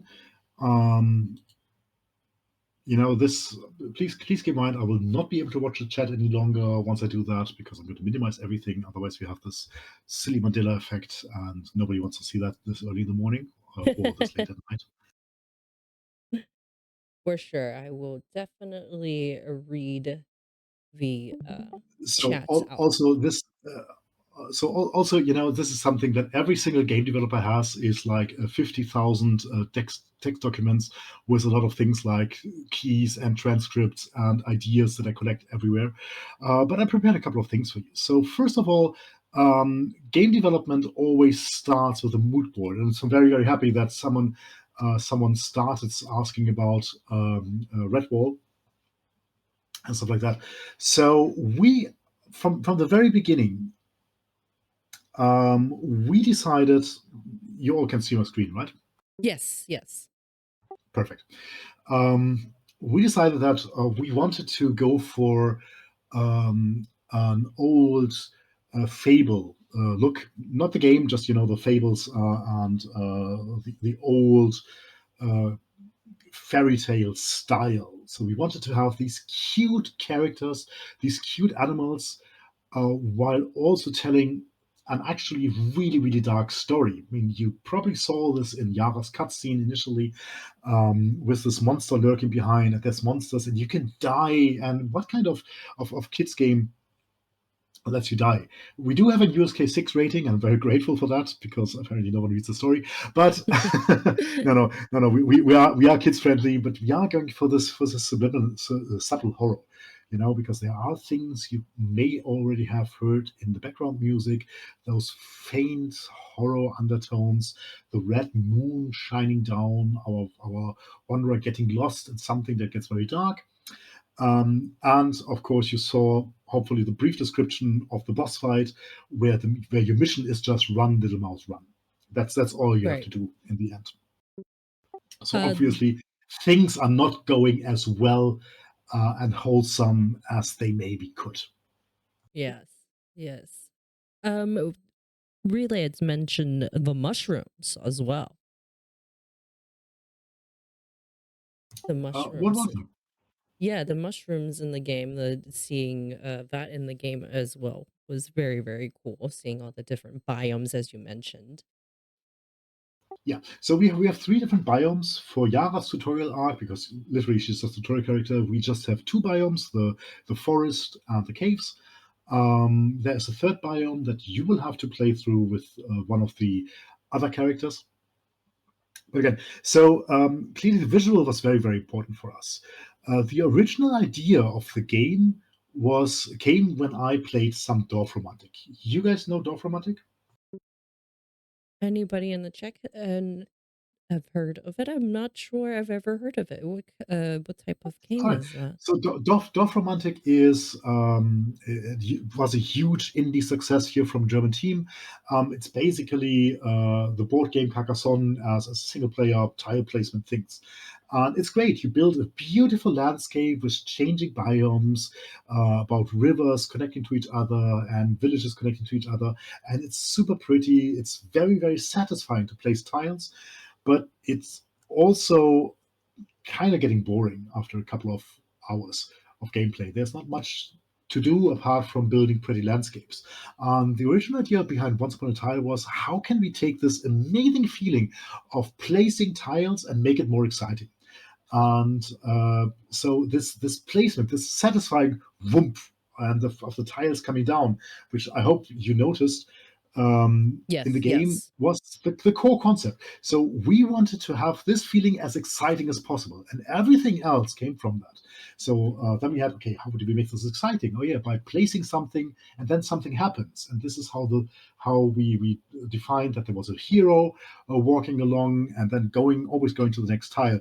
The first iteration of the game was about, say, collecting taxes for the king by and killing monsters to save princesses, etc. Oh, okay. Huh. But we very very really switched to this. So again, we have this mood board. So we're very very proud of our art direction for this. We are Germans, and all Germans love board games. This is the thing. This is a cultural thing for us. The Settlers of Catan probably, and Carcassonne and everything. I know that they are very very popular in the US. Um, and I wanted to have this board game approach and do everything I can to make this cool board game, while also using all those nice little things you can only do with a video game, like doing procedural generated dungeons that are always solvable without having them repeat itself. Right. So, um, and we had to have an art direction that covers that. So when doing this, you always start with a mood board. I know we have very few indie devs here, so it might not be as applicable for you as otherwise, but basically every game you see ever that has more than just a couple of pre-made pixel art, which are still not uncommon in with indie devs, and no shame on them.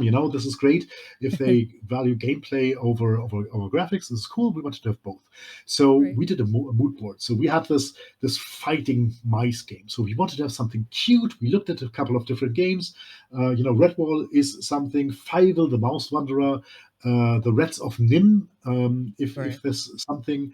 The brilliant RPG Mausritter, if you know that, if you're into D&D or role-playing games in general, tabletop role-playing games, check out Mausritter. It's amazing, and it has this cute vibe of fighting with needles and stuff like that, but also having this really sinister undertone because you are just something very tiny fighting against evil rabid cats which are much bigger than you, and it's basically a Shadow of the Colossus just in a very, very tiny, and we wanted to do this as well. So we looked very hard at how we can translate this into something very cool. And you will also see the later biomes have some sinister undertones. The forest, you saw some burning logs, some burning campfires. They are very wholesome. Some parts of them had mushrooms in there, very cool, and a bit of darker. And sometimes you may even spot some skulls in the grass hiding, so hinting at there's something very not right. So Huh. this was our first 2D mood board for the general style. Then we looked how we can what kind of Wow. games we can take inspiration from. One of the games that I personally find an absolute beautiful minimalist art masterpiece is Monument Valley, which is a mobile game. I think there's a PC version out, or at Huh. least an HIO version. This is here to the top right, and it's so beautiful. It's got very clear lines, very clearly defined, because you do not want your art to cover the gameplay mechanics. So we needed to find a way that looks board gamey, that has very clear lines, that because you do not we want to have clear fields. So we looked at things like Gloomhaven and production things, and how do we do nice little 3D bushes in a low poly style, which was also a performance thing. So we can have, as you can see, we don't have a lot of moving objects, but we have a lot of very detailed objects despite being low poly. Oh yeah, So definitely was since very visually pleasing. Made it yes, very and we have a lot of them. We have a lot of different assets. I think we have around 150 assets per biome that are always procedurally generated and shifted around. Also, we have assets for the individual rooms, which look very, very different from everything else. And this still needs to be performance. Unity is great. Unity is a fantastic engine to program with. Unity's graphic optimization roots, and I'm not an expert to talk about this, but all I can say is that the optimization for Unity is really bad. If you guys play a lot of indie games, you will eventually come across indie games that make your engine, that make your PC run really hot, despite not looking like it's a game that should make the PC run really hot. And this is usually because of Unity, because Unity is horribly unoptimized. So we needed to find a style, this low poly style, that actually allowed us to transfer what the game is about, still be immersive, and plan this. We've got really lucky. So Incoming 80 was our first graphic artist director. She worked on this for a year before pursuing her own career as a tattoo artist. So she had a major impact on how the game looks, and then we refined it by again hiring the guy who also did some stuff for the Spellbound series with all those. I'm sorry, English is not my first language. I'm currently no worries. noticing how early it is and the lack of sleep. So sorry for that if I miss a couple of words. There's filigrane decorations that we have on the icons, and making sure this is a unique style. You can see that we take inspiration from very different styles, and made sure, and please tell me if you succeeded on that, and make sure it's still a coherent look. Oh, yes, most definitely. And I still feel like you also have a very unique look to your game. So, as this is a mood board, I still feel like there's originality in yours specifically. Exactly. So, mood boards are great for taking inspiration. You should never copy art. This is also something that's very common with Unity developers. There's a couple of really great resources, and lots of us are not artists, including me. So there's a great resource of pre-purchased assets for skill icons, for example, or everything. But for us, because we wanted to turn this to really make this unique fairy tale feeling real, we invested a lot of time in making sure the UI looks like a fairy tale book. All these decorated icons, etc., are readable and clear, while also having this magical quality, this fairy tale quality that you feel like you're in a book, which is also why we hired Moritz to be our narrator, because he is the old uncle sitting in his armchair, opening the book and starting reading from that. That was a vibe we were going for, both from gameplay and from the narration and talking. Did a great job on that. Definitely did convey that out. Yes. All right. So I did want to share a couple of mood boards. The first things about the game, they looked very, very different. So I have a couple of gifts here from our very Oh, first pitch deck. So this how? was the original character. She was an asset. So she was a pre-born asset because we just wanted to make sure to see if the gameplay works. We also initially started working with different shapes. These were the first definition of shapes. We worked with colors, and as you can see, this is not very clear. Basically, every single icon had its own color, um, which Oh, was okay. which worked for a prototype, and make sure that the game was cool. But it did not work in making it clear. So now we have this very clear color scheme that you saw, where all the bad things are in red and all Red? the good things are in yellow, Yes. in bright yellow. So and this works so much better. So even if we do not introduce people to the concept of magical challenges, because we want to find them something out, and you mastered this really, really quickly, so well done on that. Um, we try to we wanted to color code this so that you can easily see this is a good card and this is a card I have to be careful about placing it. And I think you never really um, went there all the way, but I think you subtly already understood it, and I saw this in the way you placed some cards. Yes, and I think having that preview to show us when you do place them, I think that also helped guide me to figure out if this card is going to be worth using or not. Yeah, absolutely. So one of the design decisions we had very in the very beginning was that, and it took a while to implement this, was that we do not want to kill the player because he didn't see something. Right.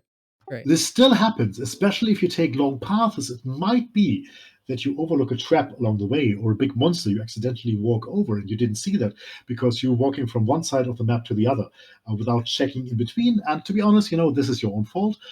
So if you take long paths, check it out. This is okay. But we did not want to have players to accidentally not see, for example, that here in the middle Right. there was a trap, and then die from that. Right. Right. So we wanted to have this preview because you should die of stupidity, not due to seeing not things. So we want to make it sure that it's always your fault because you made a decision that was not smart, Right. instead of you making a decision because you didn't see something. Right. Yes. Because we want to be a puzzle game and not a hidden object game. Those are great, but it's not what we're going for. So Right. and for a good puzzle game, you have to be always in control of the information, which is also we changed the UI completely. So this was our initial UI, and you can see that this kind of works. These were the initial icons we had with this paper cutout, going more for a comic book style. But we're much happier with the current UI, which just looks much more more elegant, I think. So this was the first prototype, and it worked to gauge how people like the game concept, and they all did. Wow. We had overwhelming responses on Gamescom and other indie showcases where we showed the game to a live audience, and it was really cool to see people. Already, the concept was the same, so we didn't change much on the concept. You had these bridges, and you immediately learned in the very beginning, because we don't tell you that you have to place bridge on bridge. We just want to subtly let you explore, because this is something very natural. You automatically basically look around, and everyone does this, and wonder, oh, where can I place it? And you see, oh, it turns green, and then you understand that you place bridge on bridge, because we try to keep the tutorial as short as possible, just explaining some core concepts, but making sure that you can discover a lot of these things by just playing the game. Yes. Yeah. No, that's great. That makes sense. I mean, it like you said, it should come natural, and yeah. All right. So what I want to show from a games play perspective is from behind the scenes, is because I'm the game designer. I want to show you some game design stuff. Yay! So I have a couple of PDFs here. So we are going to start not with the deck builder, here with the core loop. So when you do anything game design, there are two tools you have. One of them is diagrams, and the other is Excel tables. I'm not showing you the Excel tables because there's some very hidden stuff in there, and also they're not very Top secret. You guys, they're secret. top secret, and you wouldn't be able to see anything in there anyway because it's just numbers. Mm. So, but something you do as a game designer is you look for loops. You look for the core gameplay loop. You build diagrams out of that. So I sometimes teach game design and monetization in workshop style at universities here in Germany. As I said, I've been doing this for like 20 years, being in the games industry, so I have a bit of experience there.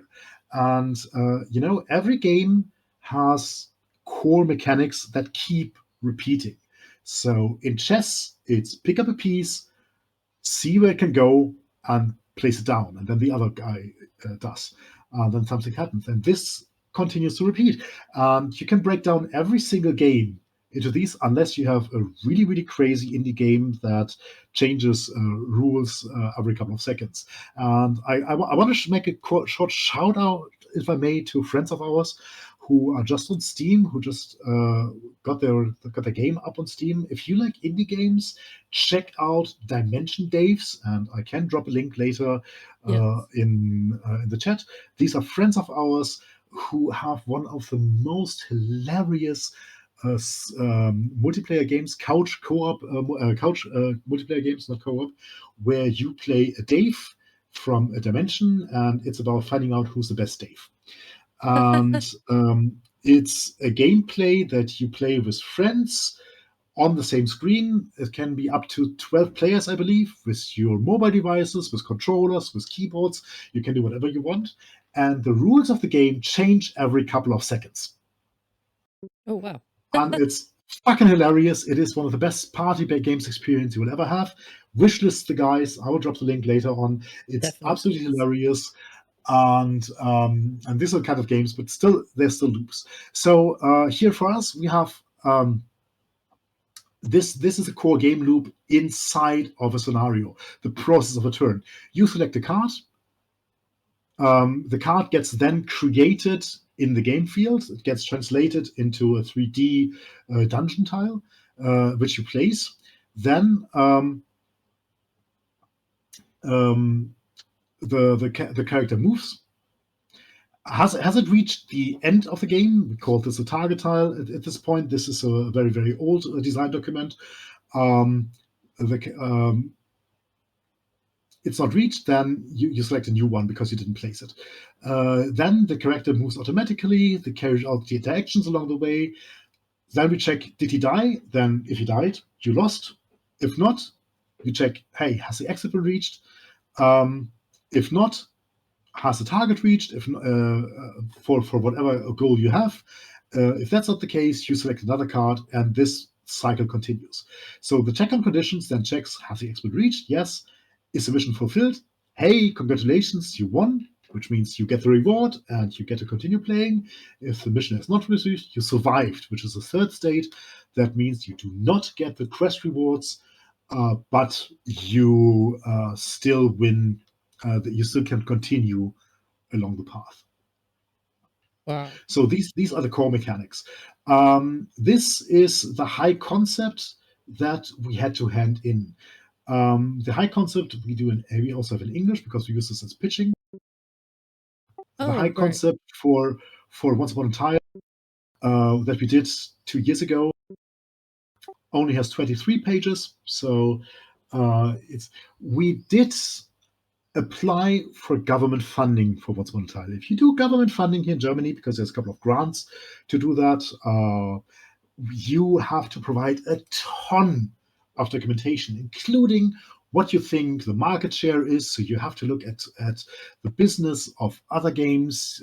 You have to study how which kind of target audience they have, what was their lifetime sales, or which periods, what kind of mechanics their target audience interacted with by looking at the stuff. And basically, there's a lot of research to go into that to make it.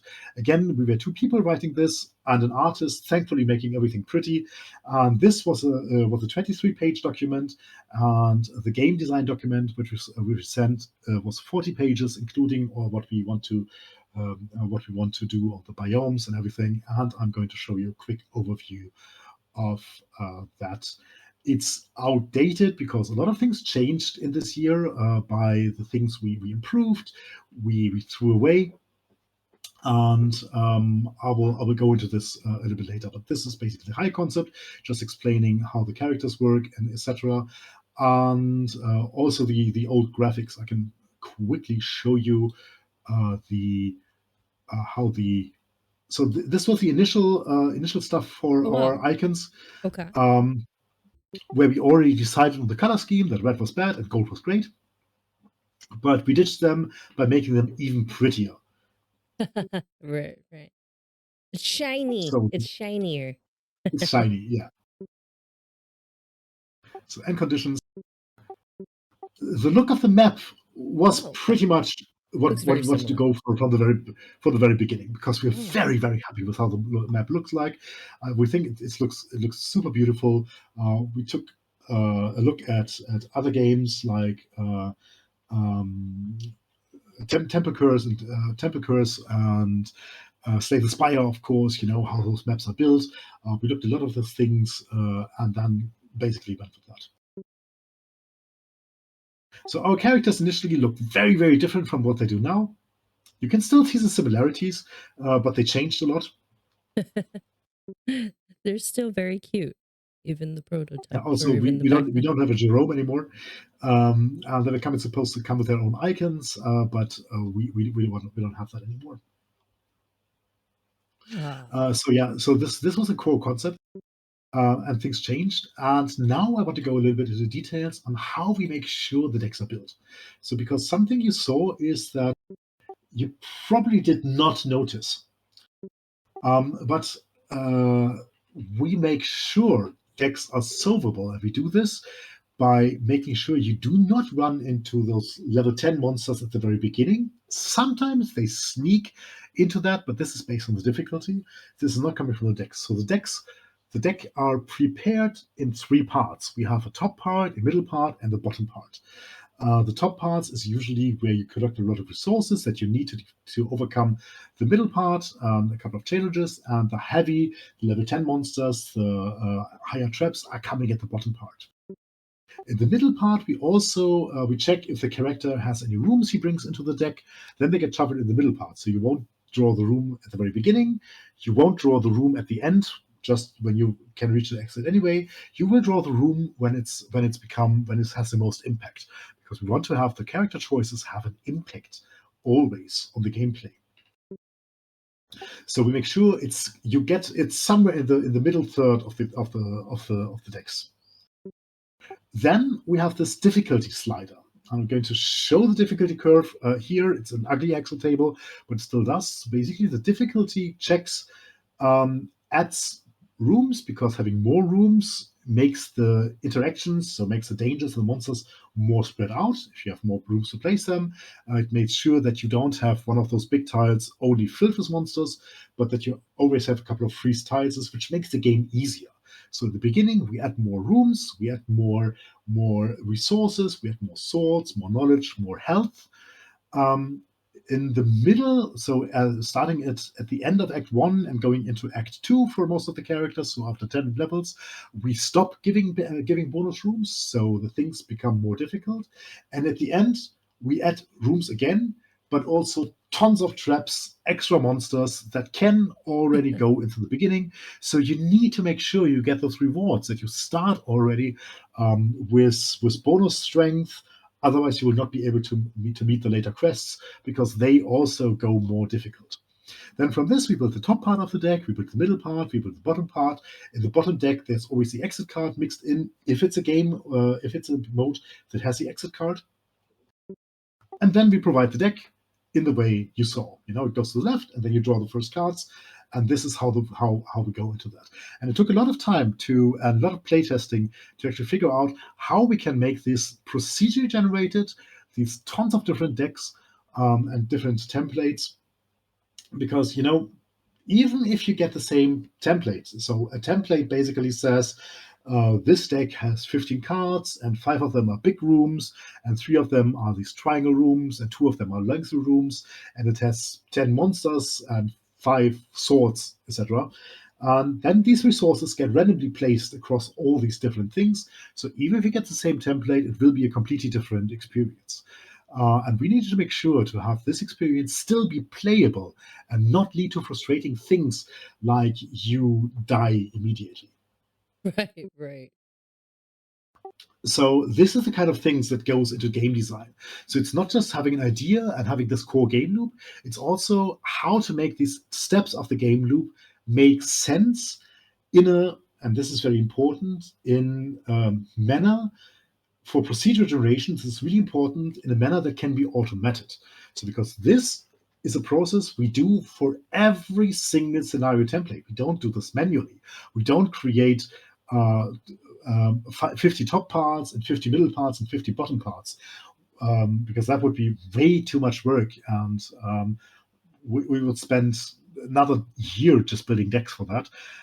So having these automated processes and making sure they're balanced and sane is the biggest part of the game design, and this is what took the most part of the year to figure out and playtest things. So one thing we do with game design is actually doing paper prototypes. So we literally shuffle cards and we write things on them, and we cut out some and don't have the pictures of that anymore, unfortunately, because they left the company with our art director who had all the art. Was all this stuff, which is a shame, because it was hilarious when we sat around the kitchen table and just placed random cutout cardboard paper on the stuff. Full of a hat And it was kind of thing. put, put out of a hat and Yeah. randomly and think. And we wanted to see, does it is it an enjoyable experience to build this kind of dungeon? Because our programmer and my CEO, basically the boss of the company, said, "Okay, this sounds like an interesting idea, but it's a bit dry. It sounds a bit boring, because you just play something and then something happens and you play something else."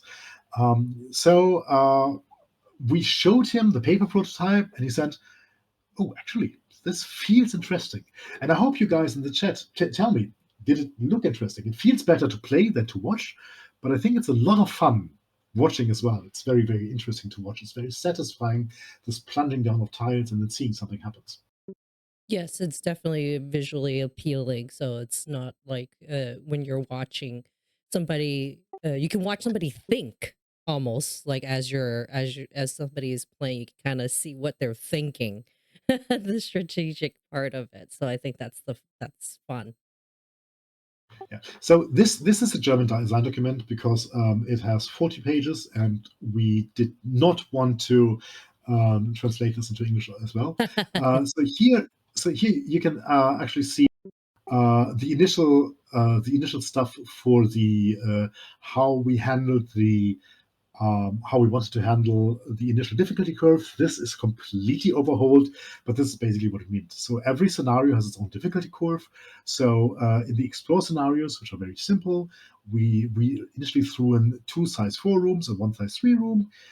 With 6 new interactions, of which there's a marshal +2, a knowledge +2, a treasure +2. So everything helping you to defeat those monsters and get rewards. And then after 2 scenarios, there's only +1 tokens. Then here at the 70th scenario, we throw in a trap 3, which deals 3 points of damage already, which is a lot. Seeing that your starting character only starts with 3 life, so by having solved 70 scenarios, we hope that you have more life. More magical challenges, etc. But again, this is completely overhauled. It's not real, but this is basically an Excel table that we tested a lot with, also was cut out and made sure that it feels like a natural progression of things becoming more difficult. Very cool. The find scenarios were different. So here, because find scenarios, as you can saw, you did very, very, very well. The find scenarios are the ones where the exit is already placed. We throw in smaller rooms because here smaller rooms make it easier to reach the exit because you have more versatility to connect to the rooms. It's very difficult to do this with big rooms. So here initially we threw in smaller rooms and more health so that you can take the more dangerous paths. Also going to show you here, this is the initial reward chance in different acts. We have long ago now split this into different scenario types because explore scenarios are way easier. So the rewards you can collect there are less powerful, and also you have only a small chance of getting 2 rewards. While at survive and survive scenarios, which are very difficult, and find scenarios, which are even more difficult, there's a greater reward, greater chance to get better rewards. But all of this has also been going into gameplay and all automatically collected. And this was part of the initial design document that we had to send in to get the government granting, which Wow. we basically did.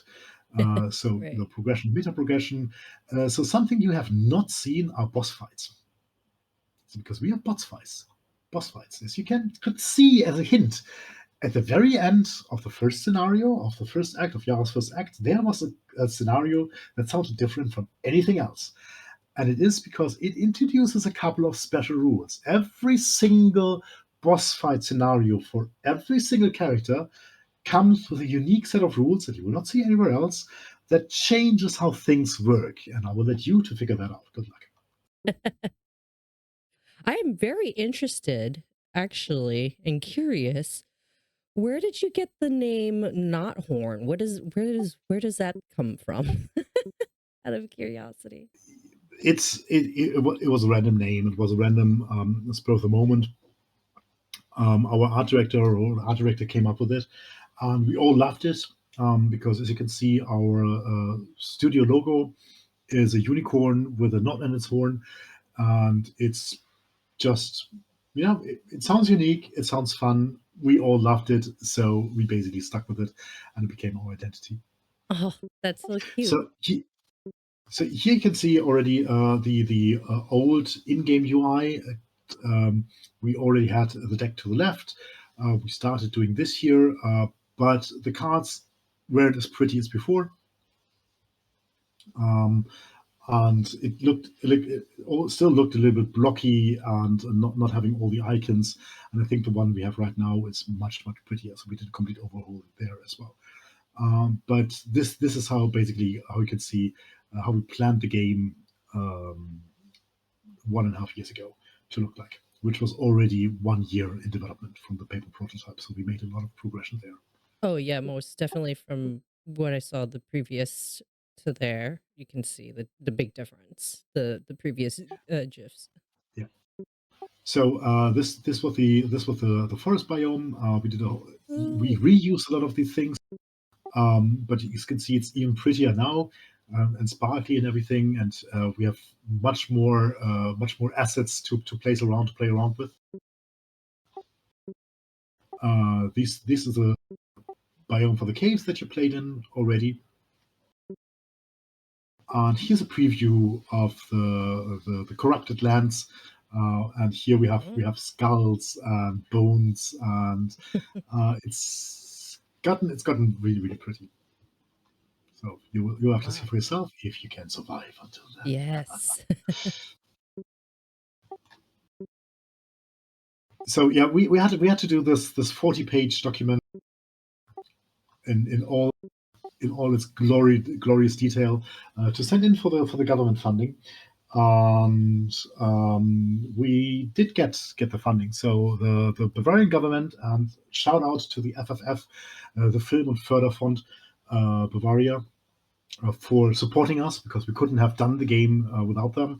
And big shout out. So this was a great stuff to Games Bavaria to support us. I don't think anyone from there is listening, because again, this is very early in the morning here in Germany.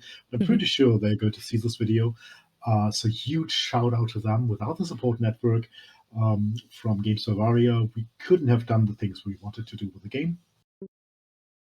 That's great. We also couldn't have hired the artists we wanted to for this game. And I hope you mentioned this before, that you really like the art style. We do too. The whole thing. So this wouldn't have been possible without them.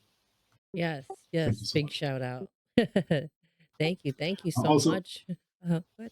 and also a big shout out to Games Ahead, which is the it's a Verein. It's a translating Verein, the Verein structure from Germany to international things is always very difficult. It's basically a mixture of a social club and a social club and a society. Okay. So it's a funding society based in Rheinland-Palatinate. We have 150 developer members around this, and we're supporting each other, building things, networking, enabling each other to go to this big convention, to go to Gamescom, where a booth costs upwards of 15,000 euros for very small money. And we enable small developers, and without these, we also wouldn't be here. So also big shout out to Games Ahead, which is not going to help any of you guys internationally, because we're just a German thing, but it's very important to mention those. No, most definitely. And who knows, there might be something very similar in the States or wherever you're from out there, that there might be a great support system of game developers to be able to, get that feedback and to get that inspiration and that motivation to do things together such as that, because that's amazing. That's great. I'm sure, and I hope we have something like that out in the States, because that sounds amazing. That sounds wonderful. Yeah, to have that So, support system. so Yes. So, oh yeah, I yes. can make this. Well, that was amazing. I mean, that was obviously very, very special. Thank you so much for prepping that and talking and sharing your stories, and the mood boards and the prototypes, the scenarios, to learning about deck building. That's really, really cool. I know it's a process, but to get like in depth, you don't know, like, somebody's got to think about those things to make it work, right? Like, it has to. So Yeah, that's exactly. amazing. So sometimes the ideas guy also has to work. You know? So that's basically my job as a game designer. That's great. That's great. Thank you so much. So we're gonna switch things up right now. We are gonna be playing some trivia, you guys. All right, it's time for some fun trivia. Trivia time. I know this might be the game developer's favorite part of the show. Who knows? Maybe it's a chance for us to learn something new. Just let me iterate before we begin that I have absolutely no idea about rodents. I can tell Right, you all right. about cheese, but rodents are a topic. However, I do want to share a really funny Reddit story, if I may. Yes, yes. Um, So we showed the trailer. We showed some gameplay with Under, our Rattling, and showed her model. And Under has only 3 fingers on her arms. Oh, okay. Um, and so because this rather three fingers and a thumb, and this is absolutely hilarious because we didn't know that this was actually what rats have. And someone on Oh, Reddit saw that and went, "Oh, finally, someone making lore accurate rats!" And went, "We did? Yeah, sure, we did." Haha. yeah, that's yeah. And it was complete random because our artist couldn't figure out how to make a 5th finger look good in low poly without being too spindly. And these are sometimes you get lucky. Right, right. Oh my god, And that's now I know. hilarious. Now what I know about rodents is that they have 4 fingers. There you go. Right. So that might come in handy tonight, basically. All right, Let's see. yo. Here's how it works. So what I'm gonna do is I'm gonna read a statement, and you're gonna guess. The developer's gonna guess whether it's true or it's false, and then Vex is gonna tell us why. Just give us, quick little reason why. And since the game is a little bit about fables and lores, so we might get more into the topic of that. I will create a poll in the chat, and you, the audience, will have a chance to also guess, and let's see if we can learn something new together. All right, let's play some trivia. All right. Woo! Let's go. All right. So here is the first one. I am going to be putting this in the chat first, and then I will read it out loud. And if this types, I will get this going here. There you go. All right. And the audience has 1 minute to guess. And let's see if you guys get it right. All right. True or false? We're going to try something very, very simple here. True or false? In the medieval times, people believed that garlic could ward off witches and evil spirits. Do you want me to influence your Yeah. audience already? Yeah. Yeah. All right. Um, to be honest, I don't know, but I do believe this is true because we have garlic coming up in so many folk tales. About the vampires Right. and warding of the spirits. Garlic is supposed to be a lot more healthy, even more healthy than it actually is. It probably wards of bad spirits because of the smell, because of the healthy things, because there's so many good stuff in there, and the garlic oil is delicious. And I love cheese, and cheese and garlic just go together. Oh. I haven't been visited by either vampire or witches or bad spirits in a very long time, so I suppose it must be true because this is probably where all those stories come from. And garlic farmers, those poor guys had to have something going for them apart from the smell. So yes, I will say this is absolutely true. True. Okay, let's see what the audience thinks. So 100% says that it is also true in the audience. Okay, okay, so we agree with the game dev here. Let's see the answer here. So the answer is that it is true. Yes, he got it right. Yes, so garlic has been a long tradition as a protective charm in European folklore. Very, very cool. Oh, it doesn't in the US? I guess it does in the US, but I guess in folklore specific, I mean, vampires is the only thing I can think of. Yeah, and I'm trying to think of another folklore because I don't know Well, any yeah, you had witches. yeah, you had less witches. Your witches came later, right? Mm-hmm. Yeah, yeah. Okay.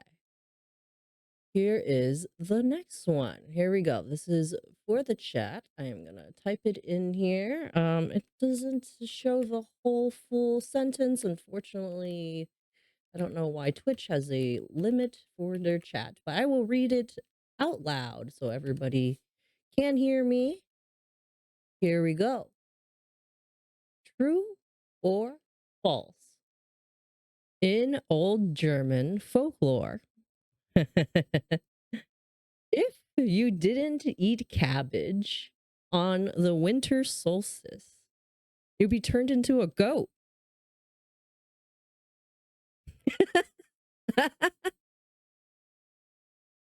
Okay.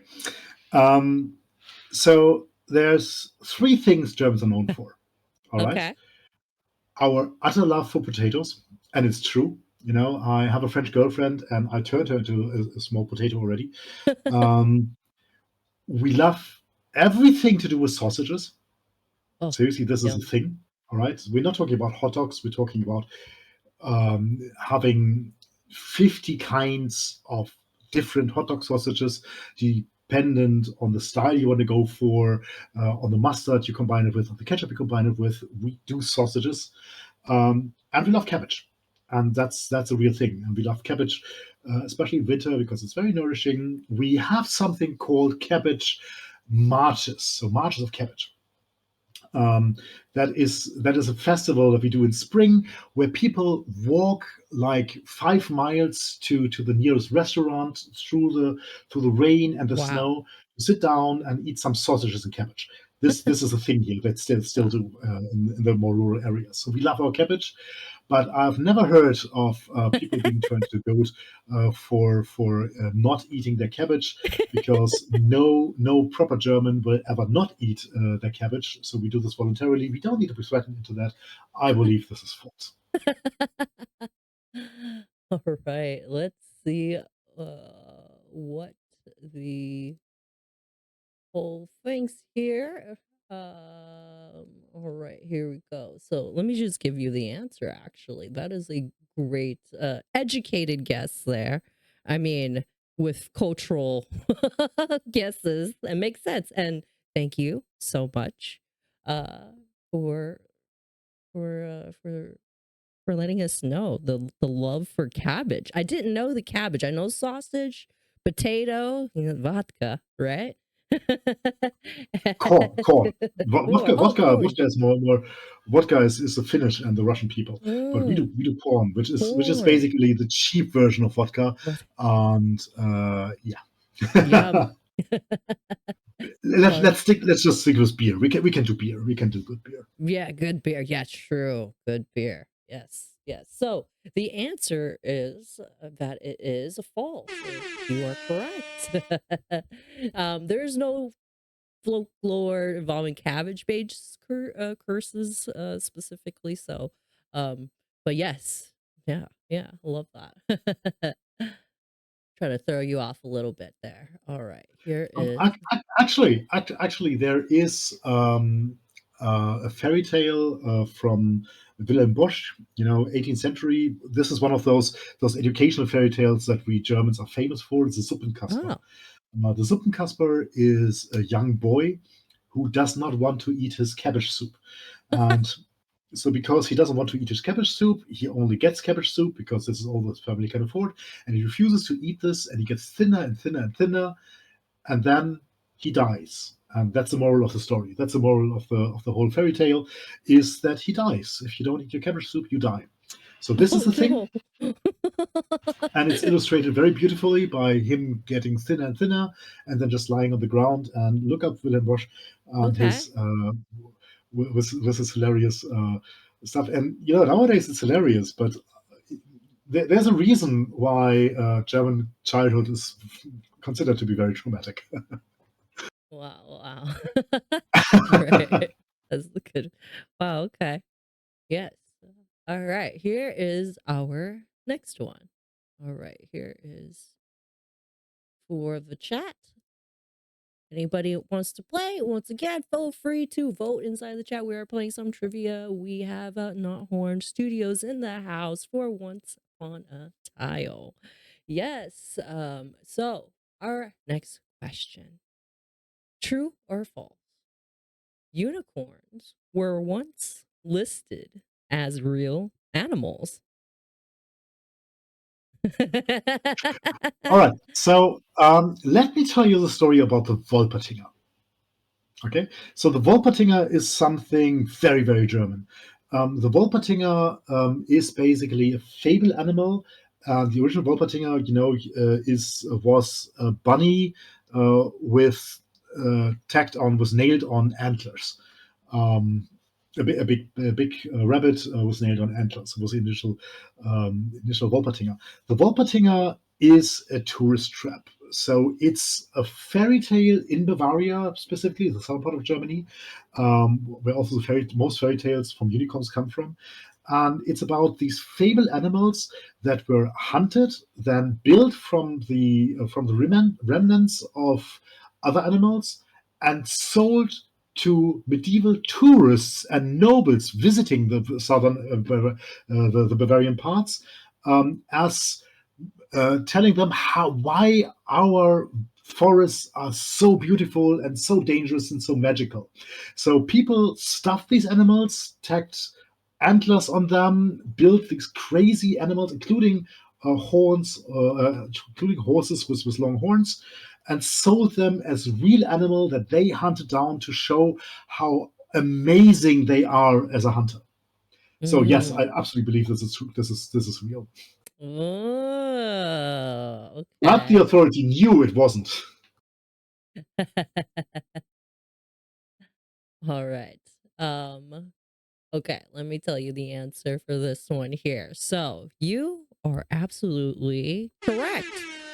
It is true. Oh my gosh. 3 out of 3 so far. So, unicorns Go team. were once listed in the official medieval bestiary as real animals. So they were described alongside as like what you were describing, lions and elephants. So, so their quote unquote horns were attached using tusks and sold by traders. So people actually did do this. So yes, you're absolutely correct. Yes. Nice. It was one of the Ah. most brilliant scams ever. Oh, okay. Here is our next one here. All right. True or false? This is a good one.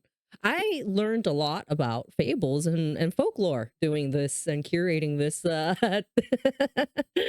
this trivia for you. Is quite interesting. So this one might be a little bit grim. Huh? So, true or false? In the grim version of Cinderella, her stepsister sliced off parts of her feet to fit into the slippers. No, that wasn't the Grimm version, because the Grimm version was already, I believe, the so Cinderella was not meant, and all of these fairy tales were not meant for kids, you know. But they were old tales of jealousy and everything. And the Grimm brothers took them, collected them, and made them more politically correct. I know they're still very grim. I mean, they're still the Grimm brothers, but and they're still very dark, but they're not nearly as dark as the original versions. So I believe the Grimm brother version actually did not include that anymore. Okay, okay. Let's see. Hmm. All right. So the devs believe that it is not true. So true or false, in the grim version of Cinderella, her stepsister sliced off parts of her feet to fit into the slipper. So that is actually true. So yeah, in the grim version, brutal but true, but one of her toes or the other or heel got cut off. Toe and a heel. All right. I know this is the original version before the Grimm started collecting them. I just didn't know it still made it into the. But this is the indie dev life basically. If you want to win the prince's heart, you have to bleed for it, and then fail anyway. Right, right. Goodness. All right. Here is our next one. Okay. Here we go. True or false? In Slavic and German folklore, witches were believed to use flying mortars and pestle instead of brooms.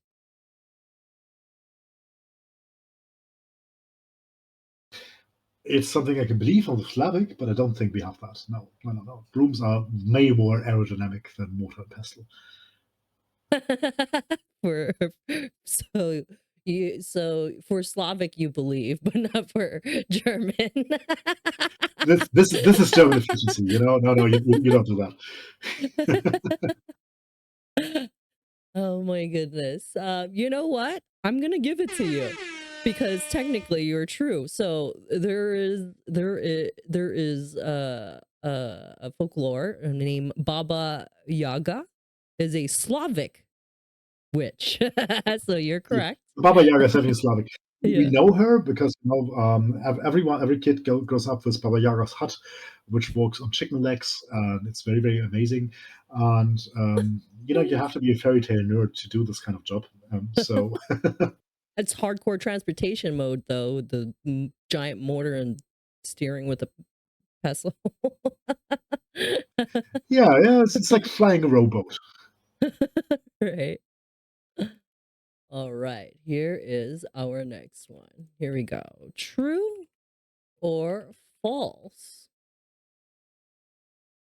In medieval Europe, it was believed that if a blacksmith forged a sword under a full moon, it could cut through stone.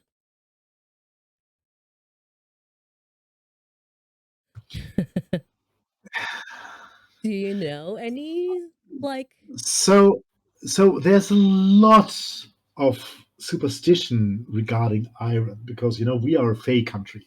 Our woods were dark and wild, and you keep. This is why you keep horseshoes above your door to keep the fairy folk out, and all of that. It's very, very important to do that. Uh, but I don't think we did so much with the full moon because this was more of a witch thing and less of an and witches and iron oh, did not mix. So I think it's false. okay, okay. It's a good educated guess. Okay. Putting two and two together. Yeah, so you are correct. It is false, although it sounds very epic. There's no like medieval smith, moon rituals that has been recorded, I guess, through forging, you know, a stone and cutting through stones. So, uh, Well, I mean, there's King Arthur's sword, but that was not forged under moonlight. That was forged under the waters. right, So right. Good one. Good one. All right. Here is our next one. Here we go. True or false? Some German, old German fables included talking sausages as characters.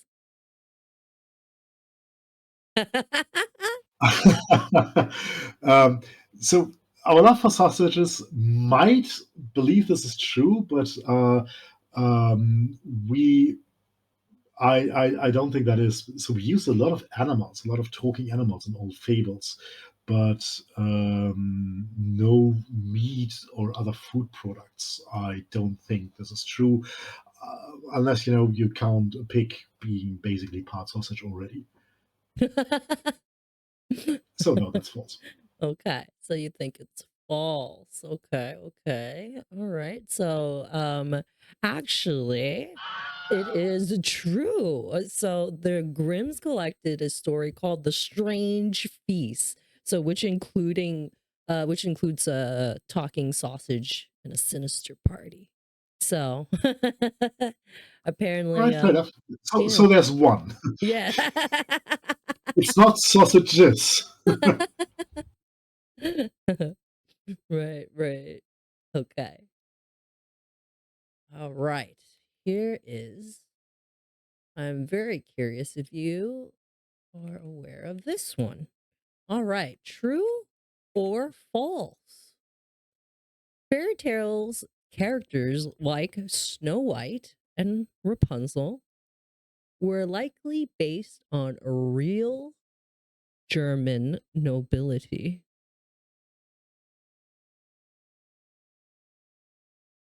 Okay, that's a hard one. I wouldn't be surprised if it was, but I wouldn't know. So I am going with no, because these are the embodiments of beauty, both of them. You know, Rapunzel is a long, long braided hair, which was what every maid was supposed to wear until she gets wet. And Snow White with his perfect alabaster skin. And I don't think there were ever real people based on that, but more like the idealized version that every noble's daughter wanted to be, or every king wanted their princesses or their daughters to be. Okay, okay. That's a good guess. That's a good guess. Um, so the answer is that it is actually true. So the theories is connecting Snow White specifically to Margrethe von Waldeck and Okay, Rapunzel. so Yes, who go was ahead. she? Tell me, educate us. Yeah, so I guess we can look her up a little bit. And specifically, Rapunzel is a young woman that was held in his tower in Bavaria. So do you know that story? Was there a young No, woman? no, I actually don't. But you know, Huh, this okay. is Germany, so I'm not surprised. Yeah.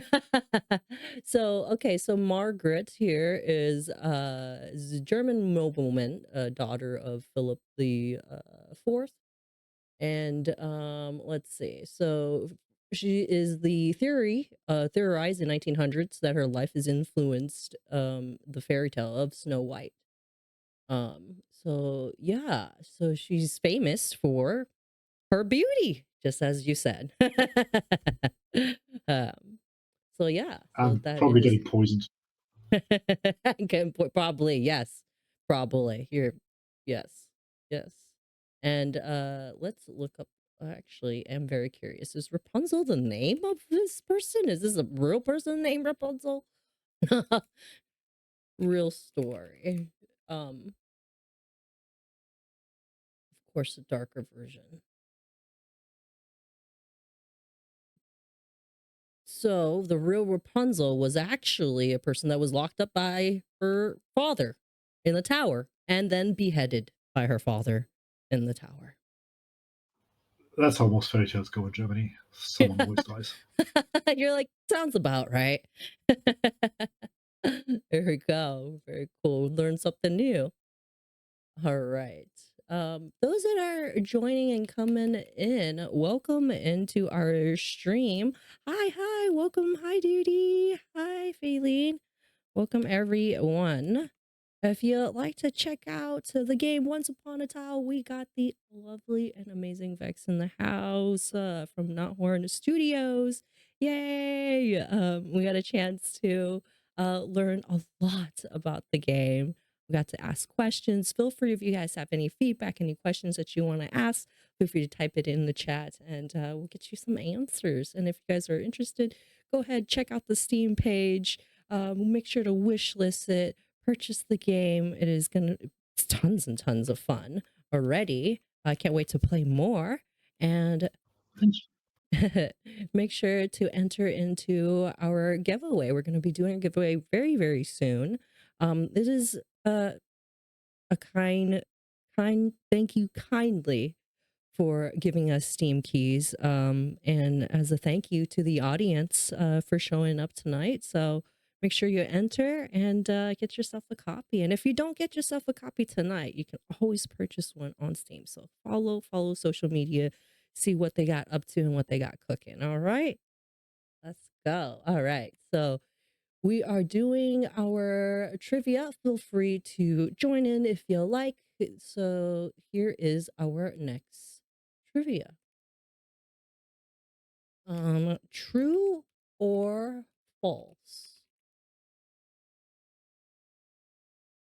In medieval German folklore, you didn't offer bread to wandering spirits. Your house would be cursed with endless geese.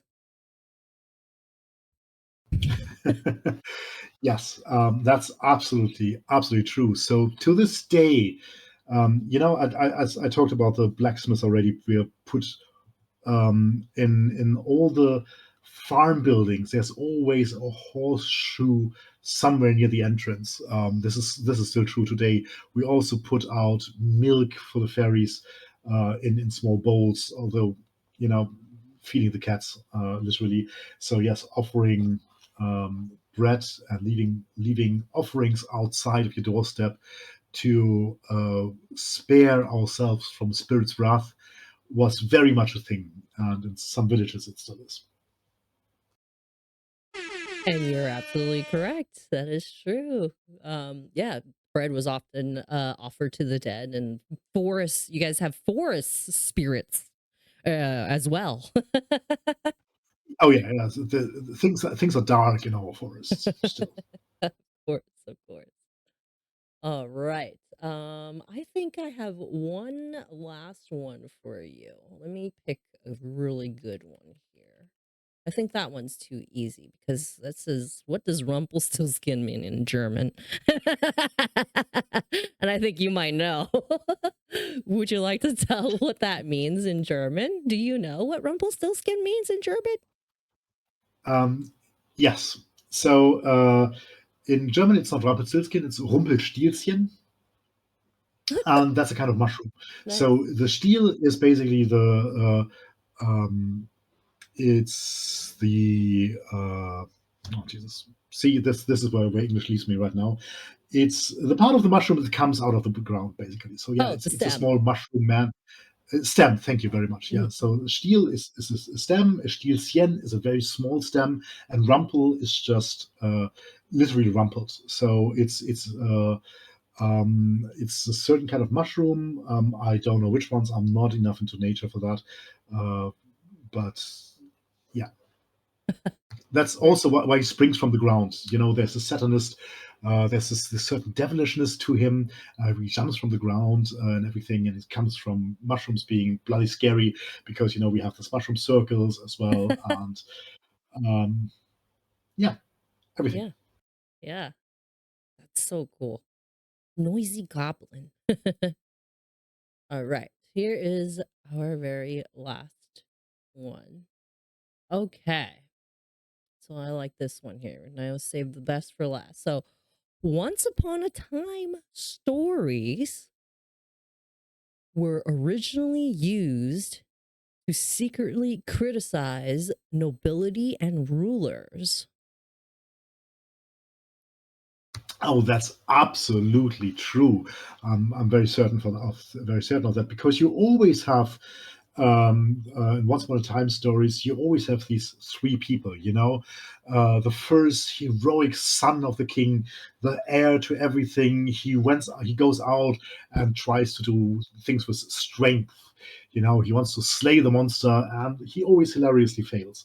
And then the second one comes along and tries to do it with wealth or with his good looks or bullshit like that. And he always hilariously fails. And always the third one, the most unloved one, that wins by luck or audacity or by just being slightly dumber than anyone else, but getting inexplicably lucky, and then having more a commoner's approach to life. They always win.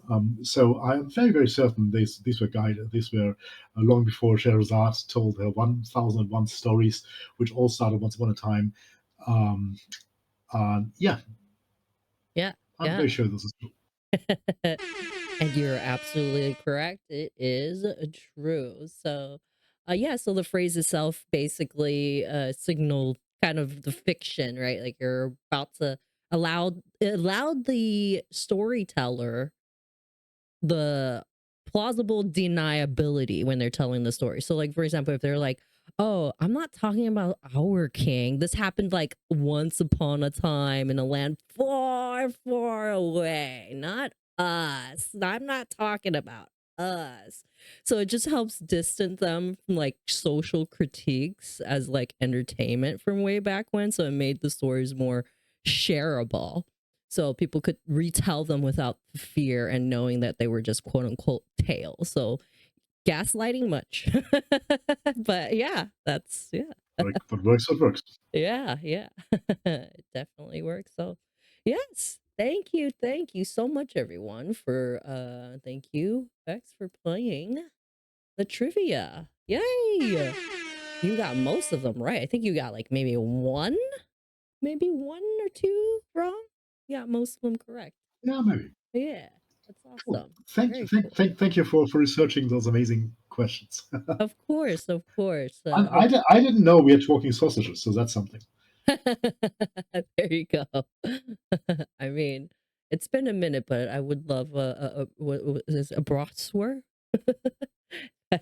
That would be yummy. Um, Yeah, bratwursts are great. yes. Cool. So the next that we got right now is we're gonna be doing our giveaway. So let me just restate, give you guys a little information about said game. So here is the social media. Make sure to follow social media, the Steam page. I'm gonna give you guys maybe, let me see here. Maybe a minute or two more for y'all to put in your raffle before I close the raffle and no one can enter. So put in. Um, Go ahead. Sorry. and maybe you can tell the people who joined late what you thought of the game. Yes, yes, most definitely. Oh my God. The game was so much fun. Um, I don't I have not played a lot of deck builder game, but I do enjoy a good strategic game. So a game that allows me to I feel like I feel like I might have played it slower than most people, but because I'm thinking.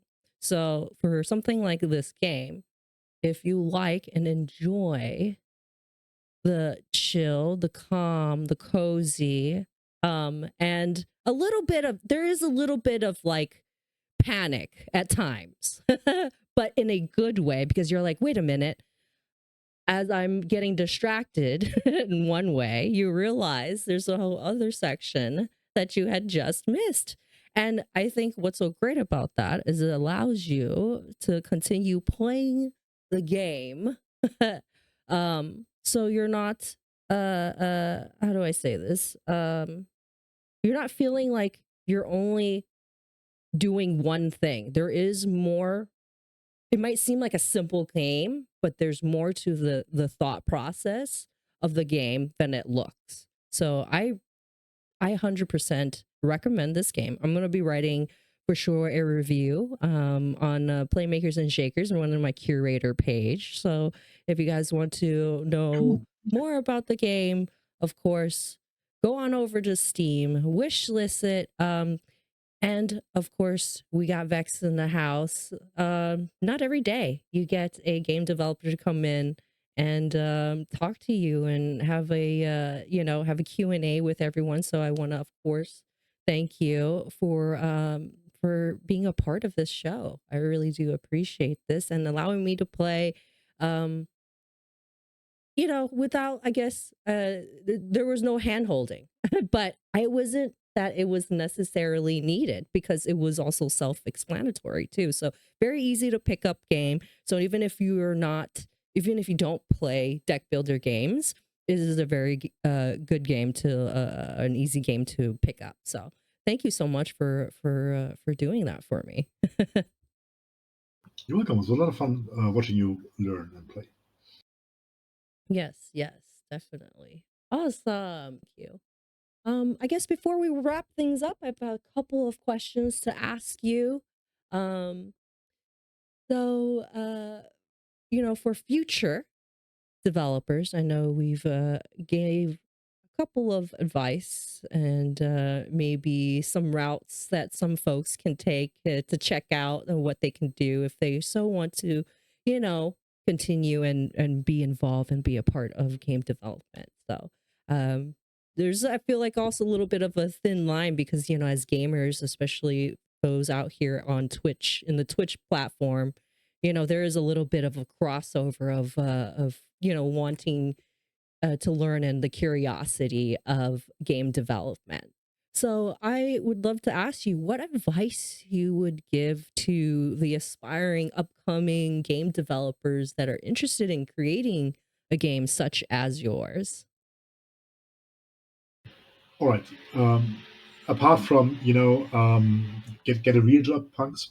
It's no game jams. Do game jams. All right. So I don't think. I mean, there's a reason why there are no games like Once Upon a Time out there right now. Because to be honest, it took a lot of time, a lot of experience with games in general to make sure all these systems are interlocking. So it's a very, very complex game, which is not complicated. And this is such a thin line to walk. You need a ton of experience. So, but my advice is play games, and but look at them. Look at the games you play. Look at the try to find the game loops that this game is used. Try to analyze what this game does, what you like. Don't copy, don't steal, but let yourself be inspired by this. Do game jams. Learn how to quickly iterate, even if the game is not perfect. It's more important to finish a game than to sit and brood over an idea for years and years and years and not do anything with that. If programming isn't your thing, start doing board games. Because anyone can do that. Everyone can cut out some papers. It doesn't have to look pretty to be fun. Um, Start doing it. Do game jams. Do board games. Play games. That's the advice I can give. Yes, yes, that makes sense. That makes sense. I mean, you gotta you gotta be in it. You gotta be in it in order for you to understand both sides, right? Not just making of the game, but also what the people are experiencing. I think that's important. I mean, that's what we do here out here in Playmakers and Shakers. We try to bridge that gap. So that's awesome. Yeah, the go and And start. one last advice. One last advice. Don't go in this expecting to make money. All right, this is this is a hobby. Some people get lucky. Thankfully, we got enough from some grant money to actually be having able to finance ourselves. So this is really really cool as new indies. But you will probably, I mean, yeah, I teach monetization at schools, and you can do games with the purpose of actually making money, but you can do smaller games. Idle games go very well, little effort, lots of monetization options, but do the things you love, because we indies especially, this people feel the passion in your games. One of the greatest rewards is to see people play the games and enjoy themselves. Again, thank you for providing me with this, Andrea. So this was really really cool to watch you play the game and to watch you enjoy the game and puzzle it out and getting involved in that. And this is the greatest reward you can have for a game design. If this is your motivation, go do game designs. Go do games. Very cool. Very cool. Yes. Yes. Awesome. Thank you. Thank you. Yes. You guys out there, aspiring game developers, adhered to some great advice. Yes. Definitely. Awesome. Okay. So I wanted to ask, are there any upcoming updates that you'll be doing? I know this had just released in March. Is there any events or new projects that we should look out for in the future? Well, as I said, if you guys or if anyone's come to Gamescom, drop by our booth and say hi. We'll be there somewhere, so we won't have our own booth, but we will be at the Creative Games area again, in the Indie Hall somewhere. So do drop by, say hi. We like hearing from people who play our games. We love meeting fans. We do still have a Switch version planned, but again, we're two people doing this, so this might prove trickier than we expect. It's not going to come very soon, but there will be, of course, be more updates, more things coming. And since I am here, we will, as I mentioned before, we have released a board game called Duelists, which is completely sold out. Um, for the first edition, which is very, very cool. We are going to do our next big project will be the expansion, the standalone expansion. For that, it's a really, really cool board game about two characters fighting each other, trying to outbluff and outmaneuver. And it's got a pretty good rating at Board Game Geek. You can check it out. Um, so that's something to look out for when you follow our social media channels. And I hope to see you guys there. And then we'll see what else strikes our fancy because, you know, we're indie, we are wild, we are creative, we're free, and we like coming up with unique game ideas that haven't been done yet. I love that. I love that. Yes, I was just gonna ask if you have any plans for being on other platforms. Thank you. That's cool. Switch, I could totally see that this being on a Switch game and being doing very successful on that. So awesome. That's great. I'm excited for you. Okay, so our very last thing I have to ask you is do you have any shout outs you want to give out to anybody? I thank you so much, of Oh, course, for joining in yourself. all right. So I mentioned a couple of shoutouts already. So do check out Dave. As I mentioned, Dave's on Steam. Great friends of ours. A fun, fucking hilarious party game. Absolutely nuts and bonkers, and just something you can see from indies. You know, again, this is a party game where the rules change every 3 seconds, and you have to adapt quickly or perish and not be the best Dave ever. Brilliant stuff. Thanks so much again for Games Bavaria for supporting us, for the German government for supporting us, and for Games Ahead, our our society and club for enabling us to follow our dreams of being indie devs. This is so cool. And a shout out to all other fellow indie devs for breaking the rules, for not making the next slot machine game on iPhone, which still worked really well, for not making the next multiplayer single shooter battle royale. Break the rules, do something cool, you know. Show us your creativity. I bloody love the indie scene, and you know all know the AAA industry is currently struggling. This is our hour to shine. Go forth and shine brightly. All right. Yes. Amen to that. I agree. I agree. Yes. Yes. I love that. Awesome. Well, thank you again for being here. I will catch you soon, Vex. Thank you. Thank you. And yeah, I'll message you and yeah, we'll keep in touch. All right. Thank you so much for having me. It was great fun. All right, we'll do. I'll talk to you soon. Bye. Bye.